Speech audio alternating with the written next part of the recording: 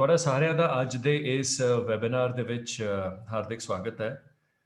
ਸਭ ਤੋਂ ਪਹਿਲਾਂ ਤਾਂ ਅਸੀਂ ਇਹ ਜਿਹੜੀ ਸਮੇਂ ਦਾ ਨੁਕਸਾਨ ਹੋਇਆ ਉਸ ਦੀ ਮੁਆਫੀ ਮੰਗਣਾ ਚਾਹਾਂਗੇ ਕਿ ਅਸੀਂ ਆਪਣੇ ਨਿਰਧਾਰਿਤ ਸਮੇਂ ਤੋਂ ਤਕਰੀਬਨ 10-11 ਮਿੰਟ ਲੇਟ ਹਾਂ, ਪਰ ਹੁਣ ਜ਼ਿਆਦਾ ਲੇਟ ਕੀਤੇ ਬਗੈਰ ਅੱਜ ਦੇ ਇਸ ਵੈਬਿਨਾਰ ਨੂੰ ਆਰੰਭ ਕਰਨਾ ਚਾਹਾਂਗੇ। ਸਭ ਤੋਂ ਪਹਿਲਾਂ ਤਾਂ ਧੰਨਵਾਦ ਹੈ ਤੁਹਾਡਾ ਸਾਰਿਆਂ ਦਾ ਅੱਜ ਇਸ ਵੈਬਿਨਾਰ ਦੇ ਵਿੱਚ ਸਾਡੇ ਨਾਲ ਜੁੜਨ ਦਾ, ਬਿਕੋਜ਼ ਇਹ ਕੋਈ ਸੌਖਾ ਟੌਪਿਕ ਨਹੀਂ ਹੈ, ਕੋਈ ਆਸਾਨ ਵਿਸ਼ਾ ਨਹੀਂ ਹੈ ਟੈਕਲ ਕਰਨਾ। Child abuse awareness and protection ਯਾਨੀ ਕਿ ਬਾਲ ਸ਼ੋਸ਼ਣ, ਇਹਦੇ ਬਾਰੇ ਜਾਗਰੂਕਤਾ ਤੇ ਸੁਰੱਖਿਆ, ਇਹ ਦੋ ਚੀਜ਼ਾਂ ਦੇ ਉੱਤੇ ਅਸੀਂ ਅੱਜ ਗੱਲ ਕਰਨਾ ਚਾਹੁੰਦੇ ਹਾਂ। ਸਾਡੇ ਨਾਲ ਦੋ ਐਕਸਪਰਟਸ ਮੌਜੂਦ ਨੇ।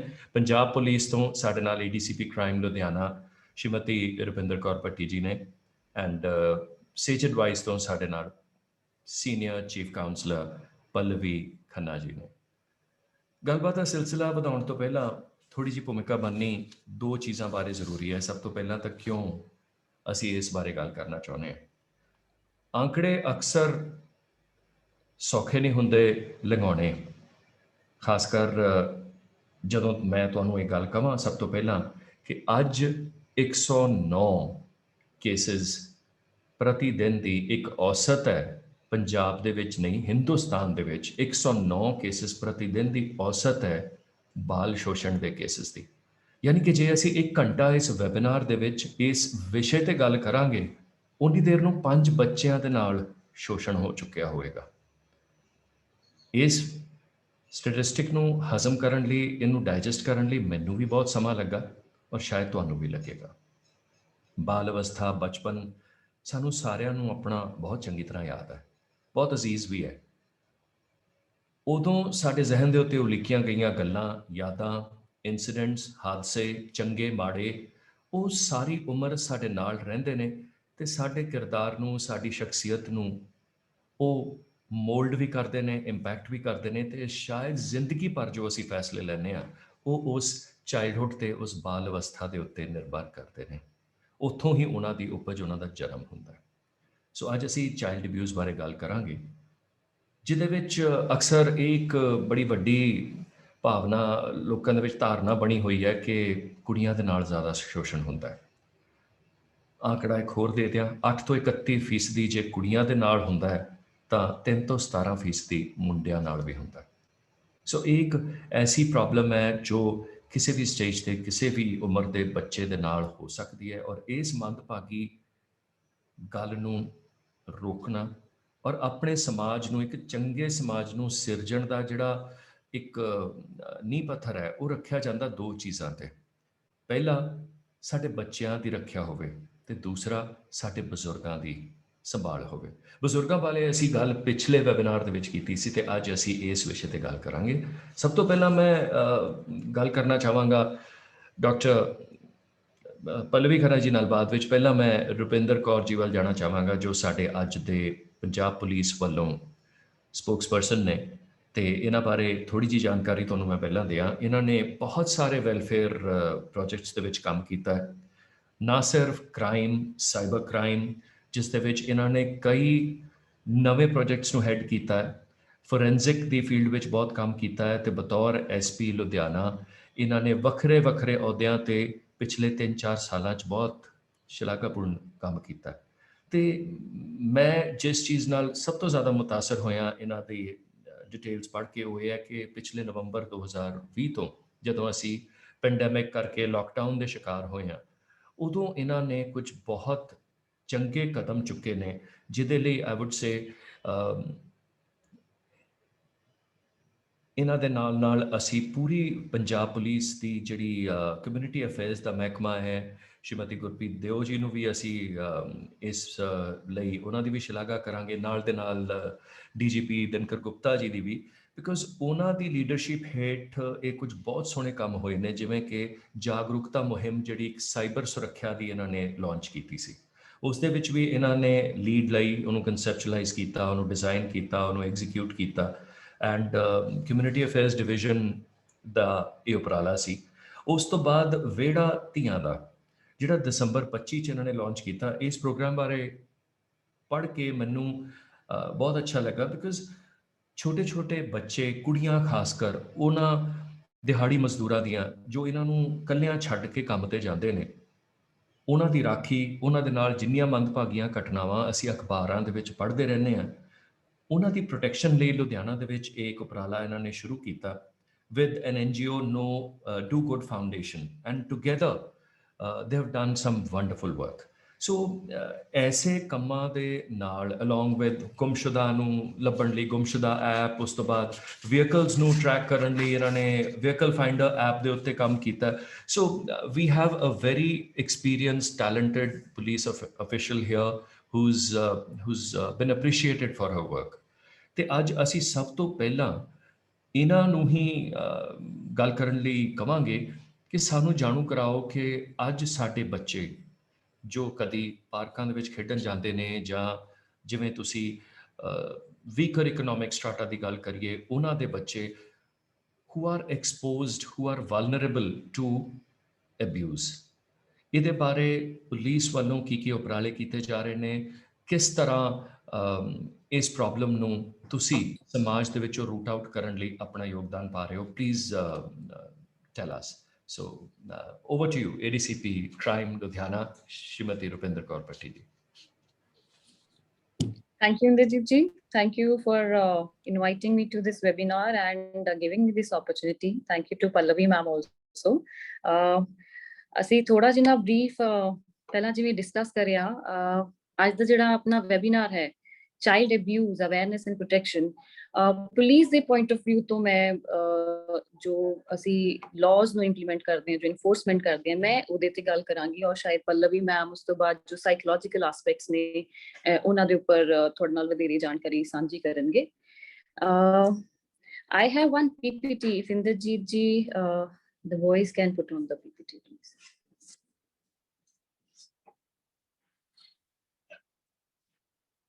Can you please start sharing the screen, please, Bonnie? Thank you.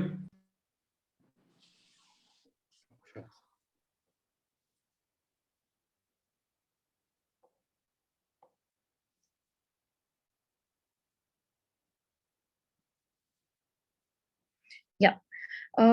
So child abuse, ਅਗਰ ਅਸੀਂ ਇਹਦੀ ਪਰਿਭਾਸ਼ਾ ਵੱਲ ਦੇਖੀਏ ਤਾਂ ਕੋਈ ਵੀ ਇਹ ਜਿਹਾ ਬਿਹੇਵੀਅਰ ਜਿਹੜਾ ਬੱਚਿਆਂ ਨੂੰ ਮੈਂਟਲੀ, ਫਿਜ਼ੀਕਲੀ ਔਰ ਸੈਕਸ਼ੂਅਲੀ ਐਕਸਪਲੋਇਟ ਕਰੇ, ਉਹਨਾਂ ਨੂੰ ਹਾਰਮ ਪਹੁੰਚਾਏ, ਲਾਰਜਲੀ ਉਹਨੂੰ ਅਸੀਂ ਚਾਈਲਡ ਅਬਿਊਜ਼ ਦੇ ਵਿੱਚ ਕੈਟਾਗਰਾਈਜ਼ ਕਰਦੇ ਹੈਗੇ।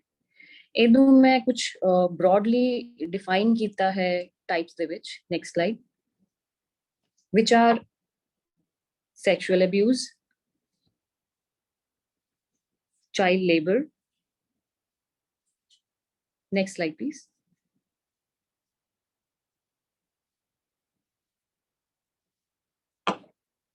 Yeah, ਜਿਵੇਂ ਮੈਂ ਪਰਿਭਾਸ਼ਾ ਦੱਸ ਚੁੱਕੀ ਹਾਂ ਇਹਦੀ ਕਿ ਇੱਕ ਬਿਹੇਵੀਅਰ ਹੈ, ਕੋਈ ਵੀ ਬਿਹੇਵੀਅਰ ਜਿਹੜਾ ਹਾਰਮ ਕਰਦਾ ਹੈ ਬੱਚੇ ਨੂੰ ਫਿਜ਼ੀਕਲੀ, ਇਮੋਸ਼ਨਲੀ, ਸੈਕਸ਼ੂਅਲੀ, ਇਹ over the period of time ਵੀ ਬੱਚੇ ਦੇ ਨਾਲ ਹੋ ਸਕਦਾ ਹੈ, ਔਰ ਕੋਈ ਇੱਕ ਸਿੰਗਲ ਟਾਈਮ ਅਫੇਅਰ ਵੀ ਹੋ ਸਕਦਾ, ਕੋਈ ਇੱਕ ਵਾਰੀ ਦਾ ਹਾਦਸਾ ਵੀ ਹੋ ਸਕਦਾ ਹੈ। ਸੋ ਲਾਰਜਲੀ ਇਹਨੂੰ ਅਸੀਂ ਡਿਸਕਸ ਕਰਾਂਗੇ ਜਿਹੜੀ ਕੈਟਾਗਰੀਜ਼ ਆਫ ਅਬਿਊਜ਼ ਹੈ ਜੀ। ਸੈਕਸ਼ੂਅਲ ਅਬਿਊਜ਼, ਜਿਹਦੇ ਚ ਬੱਚੇ ਨੂੰ ਜਿਹਦੇ ਚ ਮੋਲੈਸਟੇਸ਼ਨਸ, ਰੇਪ ਦੇ ਇਨਸੀਡੈਂਸਿਸ ਅਸੀਂ ਦੇਖਣ ਚ ਸਾਨੂੰ ਮਿਲਦੇ ਨੇ। ਚਾਈਲਡ ਲੇਬਰ ਹੈ, ਜਿਹੜੇ ਛੋਟੇ ਬੱਚਿਆਂ ਨੂੰ ਅਸੀਂ ਉਹਨਾਂ ਨੂੰ ਥੋੜੀ ਕੀਮਤ ਦੇ ਕੇ, ਥੋੜੀ ਉਹਨਾਂ ਨੂੰ ਦਿਹਾੜੀ ਦੇ ਕੇ ਜਾਂ ਬਿਨਾਂ ਦਿਹਾੜੀ ਦੇ ਹੀ ਉਹਨਾਂ ਤੋਂ ਕੋਈ ਕੰਮ ਲੈਣੇ ਆ, ਉਹ ਚਾਈਲਡ ਲੇਬਰ ਦੇ ਵਿੱਚ ਆਉਂਦਾ ਹੈ। That is also one sort of child abuse. Third one is trafficking and kidnapping.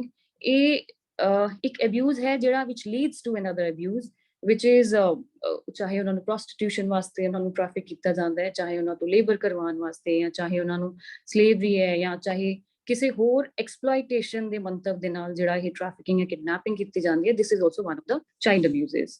Another one would be cyber crime, ਜਿਵੇਂ ਸਾਡੇ ਬੱਚੇ ਬਹੁਤ ਛੋਟੀ ਉਮਰ ਦੇ ਨੇ ਤੇ ਇਹ they are at a very tender age, and with the COVID and the technological improvements, ਬੱਚਿਆਂ ਦੀ online exposure ਕਾਫੀ ਵੱਧ ਗਿਆ। So ਜਿਹੜੇ criminal elements ਨੇ behind the computer screen, they try and exploit our children. We've come across few cases ਜਿਹੜਾ ਅਸੀਂ detail ਦੇ ਵਿੱਚ ਅੱਗੇ discuss ਕਰਾਂਗੇ। And the last is drugs. Drugs is one way of exploiting children, and it also leads to other abuses, ਜਿਵੇਂ ਕਿ ਉਹਨਾਂ ਤੋਂ ਚਾਈਲਡ ਲੇਬਰ ਕਰਾਉਣੀ, ਸੈਕਸ਼ੂਅਲ ਐਕਸਪਲੋਇਟੇਸ਼ਨ ਹੈ, ਉਹਨਾਂ ਦੀ ਟ੍ਰੈਫਿਕਿੰਗ ਹੈ। So drugs is one of the ways ਜਿਹਦੇ ਵਿੱਚ ਬੱਚੇ ਅਬਿਊਜ਼ ਕੀਤੇ ਜਾਂਦੇ ਨੇ। Next slide please. So we will start with the first category, ਜਿਹੜਾ sexual abuse ਹੈ। Data ਇੰਦਰਜੀਤ ਜੀ ਨੇ ਤੁਹਾਡੇ ਨਾਲ ਸ਼ੇਅਰ ਕਰਿਆ ਕਿ daily ਘੱਟੋ ਘੱਟ 109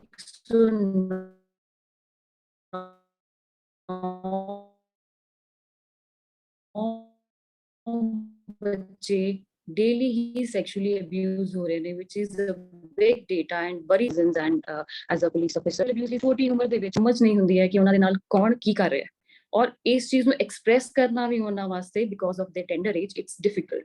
ਸੋ ਉਹ ਚੀਜ਼ਾਂ ਸ਼ਾਇਦ ਰਿਪੋਰਟ ਨਹੀਂ ਕਰ ਪਾਉਂਦੇ ਹੈ, ਜਿਹਦੇ ਕਰਕੇ ਜਾਂ ਤਾਂ ਉਹਨਾਂ ਨਾਲ ਕੰਟੀਨਿਊ ਹੋ ਰਿਹਾ ਹੈ ਇਹ crime over the period of time and they are not being reported. So ਇਹ ਵੀ ਦੇਖਣ ਦੇ ਵਿੱਚ ਆਇਆ ਅਸੀਂ ਅਕਸਰ ਜਿਹੜੇ ਸਾਡੇ ਕੋਲ ਰਿਪੋਰਟ ਹੁੰਦੇ ਨੇ ਕੇਸਿਸ, ਉਹਦੇ ਵਿੱਚ ਜਿਹੜਾ ਐਗਰੈਸਰ ਹੈ, ਜਿਹੜਾ ਮੋਲੈਸਟਰ ਹੈ ਜਾਂ ਜਿਹੜਾ ਅਬਿਊਜ਼ਰ ਹੈ, ਉਹ ਬੱਚੇ ਦੇ ਕਲੋਜ਼ ਸਰਕਲ ਤੋਂ ਹੀ ਦੇਖਣ 'ਚ ਮਿਲਦਾ most of the Times. For example ਉਹਨਾਂ ਦੇ ਘਰ ਦੇ ਵਿੱਚ ਹੀ ਕੋਈ ਡੋਮੈਸਟਿਕ ਹੈਲਪ ਹੈ, ਕੋਈ ਮੇਡ ਹੈ, ਸਕੂਲ ਦੇ ਵਿੱਚ ਕੋਈ ਬੱਸ ਡਰਾਈਵਰ ਹੈ, ਕੋਈ ਰਿਲੇਟਿਵ ਹੈ, ਕੋਈ ਕਜ਼ਨ ਹੈ, ਔਰ ਕਦੇ ਕਦੇ ਕਈ ਕੇਸਿਸ ਦੇ ਵਿੱਚ ਸਾਨੂੰ ਇਹ ਵੀ ਦੇਖਣ 'ਚ ਆਇਆ ਹੈ ਕਿ ਕੋਈ ਐਡਿਕਟ ਪੈਰੈਂਟ ਉਹ ਵੀ ਆਪਦੇ ਬੱਚੇ ਦੇ ਨਾਲ ਸੈਕਸ਼ੂਅਲ ਅਬਿਊਜ਼ ਕਰ ਰਿਹਾ। ਲੁਧਿਆਣਾ ਦੇ ਵਿੱਚ ਅਗਰ ਮੈਂ ਸਪੈਸ਼ਲੀ ਗੱਲ ਕਰਾਂ ਤੇ ਇੱਥੇ ਸਾਡੇ ਕੋਲੇ ਕੇਸਿਸ ਕੁਝ ਆਏ ਨੇ ਜਿਹਦੇ ਵਿੱਚ ਐਡਿਕਟ ਫਾਦਰ ਹੀ ਆਪਦੇ ਬੱਚਿਆਂ ਦੇ ਨਾਲ ਰੇਪ ਕਰ ਰਿਹਾ ਸੀ and he didn't realize because he was under the influence of drugs ਤੇ ਉਹਨੂੰ ਇਹ ਵੀ ਰਿਅਲਾਈਜ਼ ਨਹੀਂ ਹੋਇਆ ਕਿ ਉਹਦੀ ਆਪ ਦੀ ਬੱਚੀ ਹੈ। We've taken strict action, FIR register ਵੀ ਕਰਦੇ ਹਾਂ and we take them to task. Next slide please.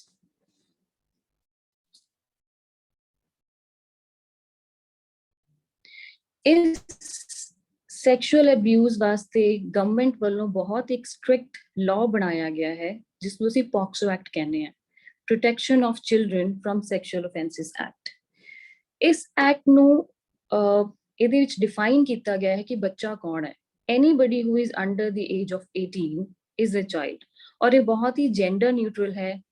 Generally ਅਸੀਂ ਦੇਖਦੇ ਹਾਂ ਕਿ ਰੇਪ ਵਰਗੇ ਇੰਸਟੈਂਸਿਸ ਲੜਕੀਆਂ ਨਾਲ ਹੁੰਦੇ ਹੈ, ਪਰ ਇਹ ਐਕਟ 18 ਸਾਲ ਦੇ ਘੱਟ ਬੱਚੇ ਨੂੰ, ਚਾਹੇ ਉਹ ਲੜਕਾ ਹੈ ਚਾਹੇ ਉਹ ਲੜਕੀ ਹੈ, ਨੂੰ ਇਕੁਅਲੀ ਉਸ ਦੇ ਰਾਈਟਸ ਨੂੰ ਪ੍ਰੋਟੈਕਟ ਕਰ ਰਿਹਾ ਕਿ ਅਗਰ ਉਹਦੇ ਨਾਲ ਕੋਈ ਸੈਕਸ਼ੂਅਲ ਅਫੈਂਸ ਹੁੰਦਾ ਹੈ, the aggressor, the abuser will be taken to task very strictly. ਇਹਦੇ ਵਿੱਚ different ਕੈਟਾਗਰੀਜ਼ ਨੂੰ ਕਵਰ ਕੀਤਾ ਗਿਆ ਹੈ।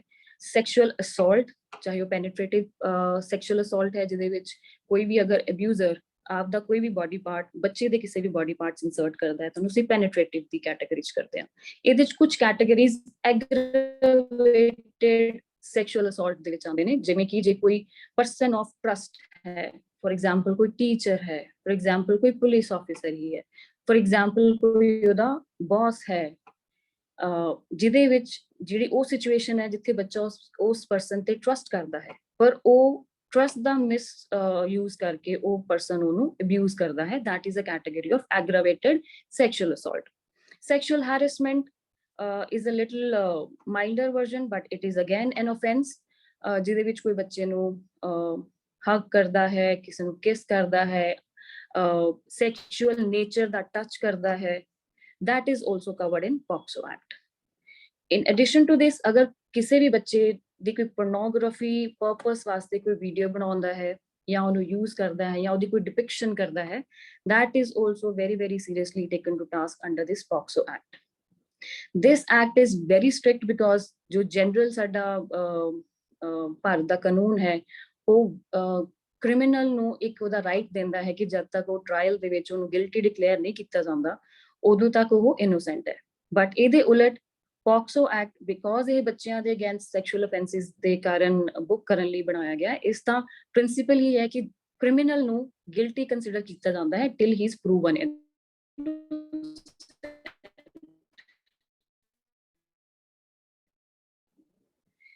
ਇਹ ਐਕਟ ਦੇ ਵਿੱਚ ਜੇ ਕੋਈ ਕੇਸ ਹੈ ਤਾਂ ਵੀ ਉਹ ਪਨਿਸ਼ੇਬਲ ਹੈ। Next slide please.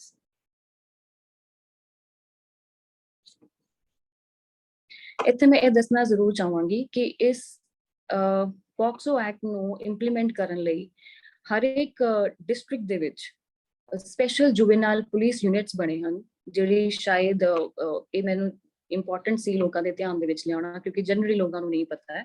District level ਦੇ ਉੱਪਰ ਸਪੈਸ਼ਲ ਜੁਵੇਨਾਈਲ ਪੁਲਿਸ ਯੂਨਿਟਸ ਬਣਾਏ ਗਏ ਨੇ, ਜਿਹੜੇ ਕਿ ਇੱਕ ਡੀਐਸਪੀ ਰੈਂਕ ਦੇ ਆਫੀਸਰ ਦੇ ਅੰਡਰ ਵਰਕ ਕਰਦੇ ਹੈ।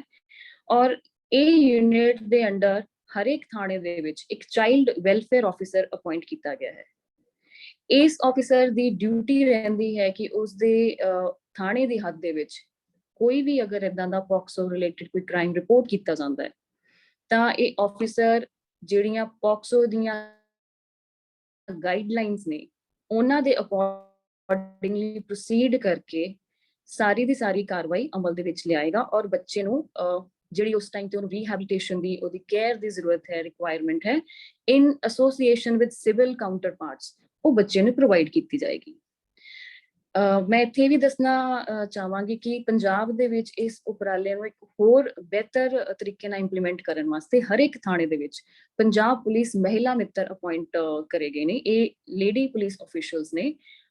ਇਸ ਦਾ ਮੰਤਵ ਇਹੀ ਹੈ ਕਿ ਜੋ ਲੇਡੀ ਸਪੈਸ਼ਲੀ ਬੱਚੇ, ਅਗਰ ਉਹਨਾਂ ਦੇ ਅਗੇਂਸਟ ਕੋਈ ਵੀ ਕ੍ਰਾਈਮ ਦੀ ਰਿਪੋਰਟ ਆਉਂਦੀ ਹੈ, ਤਾਂ ਫੀਮੇਲ ਆਫੀਸ਼ੀਅਲ ਸਾਡੇ ਉਹਦੇ ਨਾਲ ਜਿਹੜਾ ਸਾਈਕੋਲੋਜੀਕਲ ਸਪੋਰਟ ਦੇਣਾ ਹੈ, ਜਿਹੜੀ ਸੈਂਸਿਟੀਵਿਟੀ ਦੇ ਨਾਲ ਉਹਨੂੰ ਟ੍ਰੀਟ ਕਰਨਾ ਹੈ, ਤੇ ਪੰਜਾਬ ਪੁਲਿਸ ਮਹਿਲਾ ਮਿੱਤਰ ਹਰ ਇੱਕ ਥਾਣੇ ਦੇ ਵਿੱਚ ਨਿਯੁਕਤੀ ਹੋਣ ਕਰਕੇ ਇਹ ਇਨਸ਼ੋਰ ਕੀਤਾ ਜਾਂਦਾ ਹੈ ਕਿ ਉਹ ਬੱਚਾ ਬਹੁਤ ਹੀ ਸੇਫ এনवायरमेंट ਦੇ ਵਿੱਚ ਰਹੇ, ਔਰ ਆਪਦੀ ਕੰਪਲੀਟ ਜਿਹੜਾ ਉਹਦੇ ਨਾਲ ਅਬਿਊਜ਼ ਹੋਇਆ ਉਹਨੂੰ ਬੇਝਿਜਕ ਔਰ ਬੜੇ ਫ੍ਰੈਂਡਲੀ এনवायरमेंट ਦੇ ਵਿੱਚ ਪੁਲਿਸ ਨੂੰ ਦੱਸ ਸਕੇ। ਐਟ ਦ ਸੇਮ ਟਾਈਮ ਅਸੀਂ ਲਾਈਜ਼ਨ ਕਰਦੇ ਹਾਂ ਆਪਣੇ ਸਿਵਲ ਕਾਊਂਟਰਪਾਰਟਸ ਦੇ ਨਾਲ, ਜਿਹੜੇ ਡਿਸਟ੍ਰਿਕਟ ਚਾਈਲਡ ਪ੍ਰੋਟੈਕਸ਼ਨ ਆਫੀਸਰ ਨੇ from DC office, and child welfare committees. ਹਰ ਇੱਕ ਡਿਸਟ੍ਰਿਕਟ ਦੇ ਵਿੱਚ ਚਾਈਲਡ ਵੈਲਫੇਅਰ ਕਮੇਟੀਜ਼ ਬਣੀਆਂ ਹੋਈਆਂ ਨੇ, ਜਿਨ੍ਹਾਂ ਦੇ ਵਿੱਚ ਜਦੋਂ ਕੋਈ ਸਾਨੂੰ ਬੱਚਾ ਏਦਾਂ ਵਿਕਟਿਮ ਸਾਡੇ ਕੋਲੇ ਆਉਂਦਾ ਹੈ, of course from the police point of view ਅਸੀਂ ਵੀ ਰਜਿਸਟਰ ਦ ਕੇਸਿਸ। ਫਿਰ ਉਹ ਬੱਚਾ most of the Times psychological trauma ਉਹ ਬੱਚਾ is undergoing. So it is very important ਕਿ ਉਹਨਾਂ ਦਾ ਜਿਹੜਾ ਟੈਂਡਰ ਏਜ, ਉਹਨਾਂ ਦੀ ਜਿਹੜੀ ਸਾਈਕੋਲੋਜੀ ਹੈ, ਉਹਨੂੰ ਸਮਝ ਕੇ ਕਿਆ ਬੱਚਾ ਕਿਸੇ ਟਰਾਮਾ 'ਚ ਤਾਂ ਨਹੀਂ ਹੈ, ਕਿਆ ਬੱਚੇ ਨੂੰ ਕੋਈ ਕੇਅਰ ਐਂਡ ਪ੍ਰੋਟੈਕਸ਼ਨ ਦੀ ਜ਼ਰੂਰਤ ਹੈ, CWC ਕਮੇਟੀ ਦੇ ਪ੍ਰੋਡਿਊਸ ਕਰਕੇ ਵੀ ਇਟ ਇਜ਼ ਇਨਸ਼ੋਰਡ ਕਿ ਬੱਚਾ ਸੇਫ এনवायरमेंट ਦੇ ਵਿੱਚ ਭੇਜਿਆ ਜਾਏ, so that there is no more psychological trauma, no more physical abuse, no more mental abuse is met to the child anymore. ਇਸ ਐਕਟ ਦੇ ਵਿੱਚ ਇਹ ਬਹੁਤ ਹੀ ਕਲੀਅਰਲੀ ਮੈਂਸ਼ਨ ਕਰ ਦਿੱਤਾ ਗਿਆ ਹੈ ਕਿ ਅਗਰ ਕਿਸੇ ਨੂੰ ਵੀ ਚਾਈਲਡ ਦੇ ਅਗੇਂਸਟ ਕੋਈ ਰੇਪ, ਕੋਈ ਸੈਕਸ਼ੂਅਲ ਅਬਿਊਜ਼ ਦੇ ਬਾਰੇ ਇਨਫੋਰਮੇਸ਼ਨ ਮਿਲਦੀ ਹੈ, ਚਾਹੇ ਉਹ ਮੀਡੀਆ ਹੈ, ਚਾਹੇ ਕੋਈ ਹੋਟਲ ਹੈ, ਚਾਹੇ ਕੋਈ ਇੰਸਟੀਟਿਊਸ਼ਨ ਹੈ, ਇਟ ਇਜ਼ ਵੈਰੀ ਇੰਪੋਰਟੈਂਟ ਕਿ ਉਹ ਰਿਪੋਰਟ ਕੀਤਾ ਜਾਏ, ਕਿਉਂਕਿ ਜੇ ਨਾ ਰਿਪੋਰਟ ਕੀਤਾ ਜਾਏ ਤਾਂ ਇਹ this is also punishable under this act. So ਇਹ ਸਾਡੇ ਸਾਰਿਆਂ ਦੀ ਡਿਊਟੀ ਵੀ ਹੈ, ਤੇ ਅਸੀਂ ਐਕਟ ਦੇ ਨਾਲ, ਲਾਅ ਦੇ ਨਾਲ ਵੀ ਬਾਉਂਡ ਹੈਗੇ ਆ ਕਿ ਸਾਨੂੰ ਇਹ ਇਨਫੋਰਮੇਸ਼ਨ ਜਲਦ ਤੋਂ ਜਲਦ ਪੁਲਿਸ ਤੱਕ ਪਹੁੰਚਾਉਣੀ ਚਾਹੀਦੀ ਹੈ। ਇਸ ਦੇ ਵਿੱਚ ਬੱਚੇ ਦੀ ਆਇਡੈਂਟੀਟੀ ਨੂੰ, ਕਿਉਂਕਿ ਉਹਦਾ ਸਾਰਾ ਭਵਿੱਖ ਜਿਹੜਾ ਹੈ ਇਹਦੇ ਤੇ ਨਿਰਭਰ ਹੈ, ਉਹਦੀ ਆਇਡੈਂਟੀਟੀ ਤੇ ਹੈ, ਤਾਂ ਕਿ ਜਿਵੇਂ ਦੀ ਸੁਸਾਇਟੀ ਦੇ ਵਿੱਚ ਨੋਰਮਸ ਚੱਲਦੇ ਆ ਰਹੇ ਨੇ ਪੁਰਾਣੇ, ਤਾਂ ਇਸ ਚੀਜ਼ ਦੇ ਨਾਲ ਬਹੁਤ ਸਾਰੇ ਟੈਬੂਸ ਜੁੜੇ ਨੇ। ਸੋ ਇਹ ਐਕਟ ਨੇ ਇਸ ਚੀਜ਼, ਇਹ ਬਹੁਤ ਸੈਂਸਿਬਲ ਐਕਟ ਬਣਾਇਆ ਗਿਆ, ਸੋ ਦੈਟ ਕਿ ਕੋਈ ਵੀ ਬੱਚੇ ਦੀ ਜਿਹੜੀ ਆਇਡੈਂਟੀਟੀ ਹੈ ਉਹ ਰਿਵੀਲ ਨਾ ਹੋਏ, ਔਰ ਬੱਚੇ ਨੂੰ ਮੁੜ ਤੋਂ ਸੁਸਾਇਟੀ ਦੇ ਵਿੱਚ ਵਿਚਰਨ ਦੇ ਵਿੱਚ ਕੋਈ ਟੈਬੂ ਹਿੰਡਰ ਨਾ ਕਰੇ। ਸਪੈਸ਼ਲੀ ਕੋਰਟਸ ਇਹਦੇ ਵਾਸਤੇ ਡੈਜ਼ਿਗਨੇਟ ਕਰੀਆਂ ਗਈਆਂ ਨੇ। ਮੋਸਟਲੀ ਇਹਦੇ ਚ CGM ਰੈਂਕ ਦੇ ਜਿਹੜੇ ਸੀਨੀਅਰ ਜੱਜਸ ਹੁੰਦੇ ਨੇ ਉਹਨਾਂ ਨੂੰ ਅਪਾਇੰਟ ਕੀਤਾ ਜਾਂਦਾ ਹੈ for the fast track of the trial of these cases. Next slide please. ਇੱਥੇ ਕਿਉਂਕਿ ਬੱਚੇ ਸਾਡੇ ਇੱਕ ਬਹੁਤ ਹੀ ਕੋਮਲ ਰਿਸੋਰਸ ਹੈ ਸਾਡੇ ਦੇਸ਼ ਦਾ, ਤੇ ਉਹਨਾਂ ਦੇ ਕੁਝ ਰਾਈਟਸ ਬਹੁਤ ਇਨਸ਼ੋਰ ਕੀਤੇ ਗਏ ਨੇ, ਬੜੇ ਕਲੀਅਰਲੀ ਮੈਂਸ਼ਨ ਕੀਤੇ ਗਏ ਨੇ ਕਿ ਜਦੋਂ ਵੀ ਬੱਚੇ ਦੇ ਨਾਲ ਡੀਲ ਕਰਨਾ ਹੈ ਕਿਸੇ ਵਿਕਟਿਮ ਦੇ ਨਾਲ, ਤੇ ਅਸੀਂ ਕਿਹੜੀ ਚੀਜ਼ਾਂ ਦੀ ਪਾਲਣਾ ਕਰਨੀ ਹੈ। ਪੁਲਿਸ ਇਸ ਚੀਜ਼ ਦਾ ਧਿਆਨ ਰੱਖਦੀ ਹੈ ਕਿ ਉਹਦੀ ਸਟੇਟਮੈਂਟ ਬਹੁਤ ਹੀ ਚਾਈਲਡ ਫ੍ਰੈਂਡਲੀ এনवायरमेंट ਦੇ ਵਿੱਚ ਲਈ ਜਾਂਦੀ ਹੈ, ਤਾਂ ਕਿ ਉਹ ਖੁੱਲ ਕੇ ਕਲੀਅਰਲੀ ਬਿਨਾਂ ਡਰੇ ਆਪਦੀ ਸਟੇਟਮੈਂਟ ਦੇ ਸਾਨੂੰ, so that we get greater clarity about the crime, and ਅਸੀਂ ਕ੍ਰਿਮੀਨਲ ਨੂੰ ਫੜਨ ਦੇ ਵਿੱਚ ਸਾਨੂੰ ਇਹਦੇ ਵਿੱਚ ਆਸਾਨੀ ਮਿਲਦੀ ਹੈ। ਕਿਸੇ ਵੀ ਬੱਚੇ ਨੂੰ ਪੁਲਿਸ ਸਟੇਸ਼ਨ ਦੇ ਵਿੱਚ ਡਿਟੇਨ ਨਹੀਂ ਕਰਿਆ ਜਾਂਦਾ ਹੈ, ਔਰ ਉਹਦਾ ਜਿਹੜਾ ਮੈਡੀਕਲ ਹੈ, ਅਗਰ ਉਹ ਗਰਲ ਚਾਈਲਡ ਹੈ ਤਾਂ ਇੱਕ ਫੀਮੇਲ ਡਾਕਟਰ ਦੀ ਪ੍ਰੈਜ਼ੈਂਸ ਦੇ ਵਿੱਚ ਹੀ ਹੋਣਾ ਹੈ, ਔਰ ਮੈਡੀਕਲ ਐਗਜ਼ਾਮੀਨੇਸ਼ਨ ਉਹਦੇ ਪੈਰੈਂਟਸ ਜਾਂ ਜਿਹਦੇ ਦੇ ਵਿੱਚ ਵੀ ਉਹਨੂੰ ਟਰਸਟ ਹੁੰਦਾ ਹੈ ਉਹਦੀ ਪ੍ਰੈਜ਼ੈਂਸ ਦੇ ਵਿੱਚ ਮੈਡੀਕਲ ਐਗਜ਼ਾਮੀਨੇਸ਼ਨ ਹੁੰਦਾ ਹੈ। ਕਿਸੇ ਵੀ ਬੱਚੇ ਨੂੰ ਕੋਈ ਵੀ ਕੁਐਸਚਨਿੰਗ ਪਿਨ ਪੁਆਇੰਟਡ ਤਾਂ ਕਿ ਉਹ ਸਹਿਮ ਨਾ ਜਾਏ, ਚਾਹੇ ਉਹਨੂੰ ਕੋਈ ਇਹ ਫੀਲ ਨਾ ਹੋਏ ਕਿ ਵੀ ਮੇਰੇ ਤੇ ਇਲਜ਼ਾਮ ਲੱਗ ਰਹੇ ਨੇ, ਇਸ ਚੀਜ਼ ਦਾ ਬਹੁਤ ਧਿਆਨ ਰੱਖਿਆ ਜਾਂਦਾ ਹੈ। Next slide please.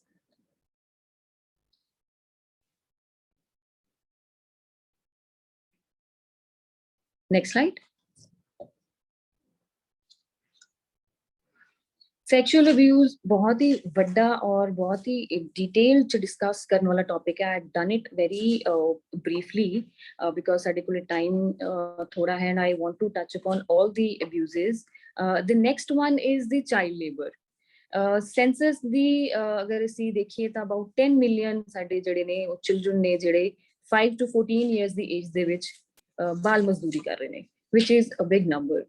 और बाल मजदूरी different areas ਦੇ ਵਿੱਚ largely ਅਸੀਂ ਇਹਨੂੰ break down ਕਰਦੇ ਹਾਂ। ਇੰਡਸਟਰੀਅਲ ਲੇਬਰ ਜਿਵੇਂ ਭੱਠਿਆਂ ਤੇ ਕੰਮ ਕਰਾਇਆ ਜਾਂਦਾ ਹੈ ਬੱਚਿਆਂ ਤੋਂ, ਢਾਬਿਆਂ ਤੇ ਕਰਾਇਆ ਜਾਂਦਾ ਹੈ, ਰੋਡ ਸਾਈਡ ਵੈਂਡਰਸ ਇਹਨਾਂ ਤੇ ਆਈਟਮਸ ਆਰਟੀਕਲਸ, ਘਰਾਂ ਦੇ ਵਿੱਚ ਅਸੀਂ ਸਫਾਈ ਲਈ, ਕੁਕਿੰਗ ਲਈ ਜਾਂ ਛੋਟੇ ਬੱਚਿਆਂ ਦੀ ਕੇਅਰ ਵਾਸਤੇ ਇਹਨਾਂ ਨੂੰ ਲਾਰਜਲੀ ਦੇਖਣ ਚ ਪਾਇਆ ਗਿਆ ਕਿ ਇਹ ਬਾਲ ਮਜ਼ਦੂਰੀ ਹੁੰਦੀ ਹੈ। ਬੌਂਡਡ ਲੇਬਰ ਇਜ਼ ਜਿਹਦੇ ਵਿੱਚ ਬਾਲ ਮਜ਼ਦੂਰ ਨੂੰ ਕੋਈ ਵੀ ਉਹਦਾ ਮਿਹਨਤਾਨਾ ਨਹੀਂ ਦਿੱਤਾ ਜਾਂਦਾ ਹੈ, ਬੌਂਡਡ ਚ ਫਾਲ ਕਰਦਾ ਹੈ। ਇਸ ਨੂੰ ਚੈੱਕ ਕਰਨ ਵਾਸਤੇ child labour prohibition and regulation act ਬਣਿਆ ਹੈ।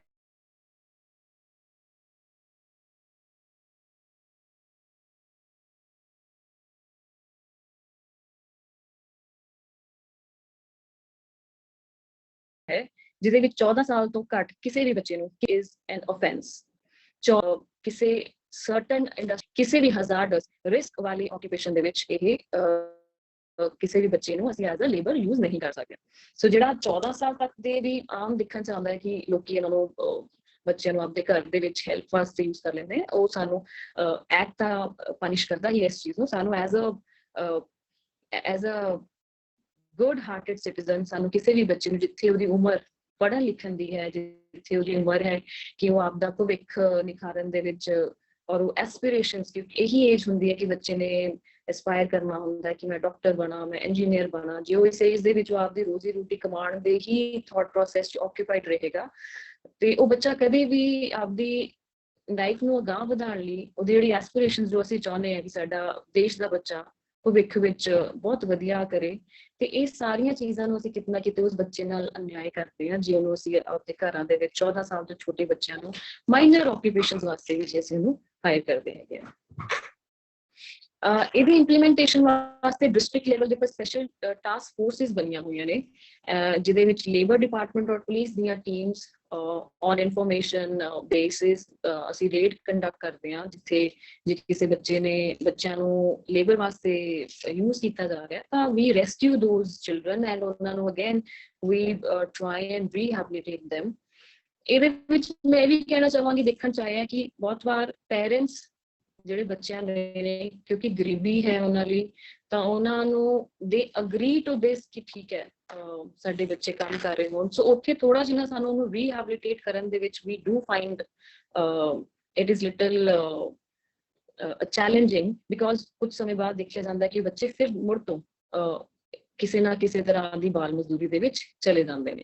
ਸੋ ਆਈ ਥਿੰਕ ਇੱਥੇ ਸਾਡੀ ਸੁਸਾਇਟੀ ਦਾ ਰੋਲ ਬਹੁਤ ਇੰਪੋਰਟੈਂਟ ਹੈ ਕਿ ਅਸੀਂ ਵੱਧ ਤੋਂ ਵੱਧ, ਜਿਵੇਂ ਹੁਣ ਸੇਜ NGO ਨੇ ਬਹੁਤ ਅੱਛੇ ਉਪਰਾਲੇ ਕਰੇ ਨੇ, ਆਮ ਸ਼ੋਰ ਬਹੁਤ ਸਾਰੇ ਅਗਰ NGOs ਅੱਗੇ ਆਉਣ ਤਾਂ ਜਿਹੜੇ ਬੱਚੇ ਰੈਸਕਿਊ ਕੀਤੇ ਜਾਂਦੇ ਨੇ ਤੇ ਇਹਨਾਂ ਨੂੰ ਕਿਤੇ ਨਾ ਕਿਤੇ ਉਹਨਾਂ ਦੀ ਹੈਲਪ ਮਿਲ ਸਕਦੀ ਹੈ ਕਿ ਉਹ ਆਪਦੀ ਐਜੂਕੇਸ਼ਨ ਨੂੰ ਵੀ ਕੰਟੀਨਿਊ ਕਰ ਸਕਣ ਔਰ ਉਹਨਾਂ ਨੂੰ ਅੱਗੇ ਅੱਛਾ ਚੈਨਲਾਈਜ਼ ਕੀਤਾ ਜਾਵੇ, ਪ੍ਰੋਟੈਕਟਿਵ এনवायरमेंट ਦੇ ਵਿੱਚ ਉਹਨਾਂ ਨੂੰ ਰੀਹੈਬਿਲਿਟੇਟ ਕੀਤਾ ਜਾਏ। Next slide please. Another kind of abuse is kidnapping and trafficking। ਕਿਸੇ ਵੀ ਤਰੀਕੇ ਦੀ illegal procurement, recruitment, transportation, transfer, receipt ਜਾਂ harboring of the child is child trafficking, ਜਿਹਦਾ ਮੰਤਵ sexual exploitation ਵੀ ਹੋ ਸਕਦਾ ਹੈ, ਉਹਨੂੰ ਕਿਤੇ forced labor ਵਾਸਤੇ ਯੂਜ਼ ਕਰਨਾ ਹੈ ਜਾਂ child labor ਵਾਸਤੇ, ਜਾਂ ਜਿਵੇਂ ਪਿੱਛੇ ਰੈਕੇਟ ਬਰਸਟ ਹੋਇਆ ਸੀ ਜਿੱਥੇ ਬੱਚਿਆਂ ਦੇ ਆਰਗਨਸ ਸੈਲ ਹੋ ਰਹੇ ਸੀ। ਸੋ ਕੋਈ ਵੀ ਇਲੀਗਲ ਐਕਟੀਵਿਟੀ ਵਾਸਤੇ ਅਗਰ ਕਿਸੇ ਬੱਚੇ ਨੂੰ ਟ੍ਰੈਫਿਕ ਕੀਤਾ ਜਾ ਰਿਹਾ, ਸੈਲ ਪਰਚੇਸ ਕਰਿਆ ਜਾ ਰਿਹਾ, that is an abuse. India ਨੂੰ ਅਗਰ ਅਸੀਂ ਦੇਖੀਏ ਤਾਂ ਇੱਥੇ ਕਾਫੀ ਹਾਈ ਵੋਲਿਊਮ ਹੈ, specially in the bordering states, and NCRB ਦੇ accordingly every 8 minutes a child disappears, which is worrisome. Punjab ਦੇ ਵਿੱਚ ਇਹ ਇਨਸ਼ੋਰ ਕੀਤਾ ਗਿਆ ਹੈ ਕਿ ਜੇ ਬੱਚਾ ਕਿਸੇ ਦੀ ਵੀ ਕੰਪਲੇਂਟ ਕੋਈ ਆਉਂਦੀ ਕਿ ਬੱਚਾ ਕਿਡਨੈਪ ਹੋ ਗਿਆ ਜਾਂ ਮਿਸ ਹੋ ਰਿਹਾ, ਤਾਂ ਵੀ ensure that the FIR is registered mandatory. No DDR, ਕੋਈ ਇਹਦੇ 'ਚ ਕੋਈ ਰਪਟ ਨਹੀਂ ਪਾਈ ਜਾਂਦੀ ਹੈਗੀ, ਰਾਈਟ ਅਵੇ FIR ਰਜਿਸਟਰ ਕੀਤੀ ਜਾਂਦੀ ਹੈ, ਕਿਉਂਕਿ ਇਹ ਮੰਨ ਕੇ ਚੱਲਿਆ ਜਾਂਦਾ ਕਿ ਜਿਹੜਾ ਵੀ ਕੋਈ ਬੱਚਾ ਮਿਸ ਹੈ ਉਹ ਕਿਤੇ ਨਾ ਕਿਤੇ ਕਿਸੇ ਮੁਸੀਬਤ ਦੇ ਵਿੱਚ ਹੈ। ਇਸ ਦੇ ਨਾਲ ਜਿਹੜੇ ਰਿਲੇਟਡ ਲਾਜ਼ ਨੇ, that is immoral trafficking act, ਔਰ whosoever ਕੋਈ ਵੀ ਬੱਚੇ ਨੂੰ ਟ੍ਰੈਫਿਕ ਕਰਕੇ ਕਿਸੇ ਪ੍ਰੋਸਟੀਟਿਊਸ਼ਨ ਵਾਲੇ ਕੋਈ ਐਕਸਪਲੋਇਟੇਸ਼ਨ ਕਰ ਰਿਹਾ, the criminal gets at least 7 years of sentence and it can go up to life imprisonment. There are different sections under IPC ਜਿਹਦੇ ਨਾਲ ਇਹਦੀ enforcement ਕੀਤੀ ਜਾਂਦੀ, for example section 363, 366A, 372, and these have punishment till 10 years. Next slide, please. Cyber crime ਇਸ ਚੀਜ਼ ਇਹਦਾ ਚੱਲਣ ਕਾਫੀ ਜ਼ਿਆਦਾ ਹੈ, ਬਿਕੋਜ਼ ਜਿਵੇਂ ਜਿਵੇਂ ਅਸੀਂ ਡਿਜੀਟਲ ਹੋ ਰਹੇ ਹਾਂ, ਟੈਕਨੋਲੋਜੀ ਐਡਵਾਂਸ ਹੋ ਰਹੀ ਹੈ, and plus in the Covid Times ਇਹਦਾ ਜਿਹੜਾ ਐਕਸਪੋਜ਼ਰ ਹੈ ਸਾਡੇ ਬੱਚਿਆਂ ਲਈ ਹੋਰ ਵੀ ਵੱਧ ਗਿਆ। ਸੋ ਡਿਫਰੈਂਟ ਤਰ੍ਹਾਂ ਦੇ ਕ੍ਰਾਈਮਸ ਜਿਹੜੇ ਸਾਡੇ ਬੱਚੇ ਐਕਸਪੋਜ਼ ਨੇ, ਜਿਵੇਂ ਕਿ ਸੋਸ਼ਲ ਮੀਡੀਆ ਦੇ ਉੱਪਰ ਦੇ ਗੈਟ ਅਕ੍ਰੋਸ ਪੀਪਲ, ਦੇ ਮੀਟ ਪੀਪਲ ਜਿਹੜੇ ਉਹਨਾਂ ਦੇ they are stranger to them. ਤੁਸੀਂ ਪਿੱਛੇ ਜੇ ਸੁਣਿਆ ਹੋਏਗਾ ਬॉयਜ਼ ਲੋਕਰ ਰੂਮ ਬਹੁਤ ਜ਼ਿਆਦਾ ਸੁਰਖੀਆਂ ਦੇ ਵਿੱਚ ਆਇਆ ਸੀ। ਇਸ ਦੇ ਵਿੱਚ ਜਿਹੜੇ ਸਕੂਲ ਗੋਇੰਗ ਬॉयਜ਼ ਨੇ ਇੱਕ ਆਪਣਾ ਇੰਸਟਾਗ੍ਰਾਮ ਆਪਣਾ ਬਣਾਇਆ ਉਹਨਾਂ ਨੇ ਚੈਟ ਰੂਮ, ਐਂਡ ਦੇ ਵਰ ਡਿਸਕਸਿੰਗ ਆਪਦੀਆਂ ਹੀ ਕਲਾਸਮੇਟਸ, ਆਪਦੇ ਹੀ ਸਕੂਲ ਦੀਆਂ ਗਰਲਸ ਨੂੰ ਡਿਸਕਸ ਕਰ ਰਹੇ ਸੀਗੇ, ਉਹਨਾਂ ਦੇ ਬੋਡੀ ਸਟਰਕਚਰਸ ਨੂੰ ਡਿਸਕਸ ਕਰ ਰਹੇ ਸੀ, and in a very indecent and ਨਾ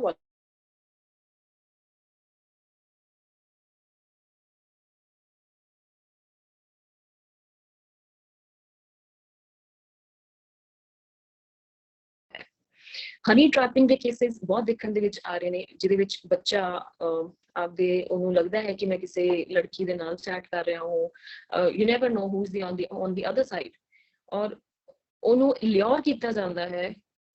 ਉਹਨੂੰ ਬੱਚੇ ਬਹੁਤ ਗਲੀਬਲ ਹੁੰਦੇ ਨੇ।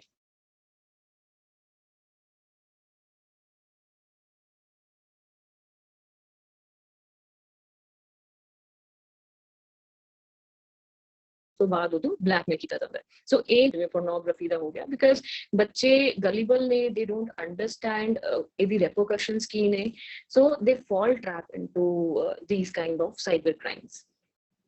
Next video, next.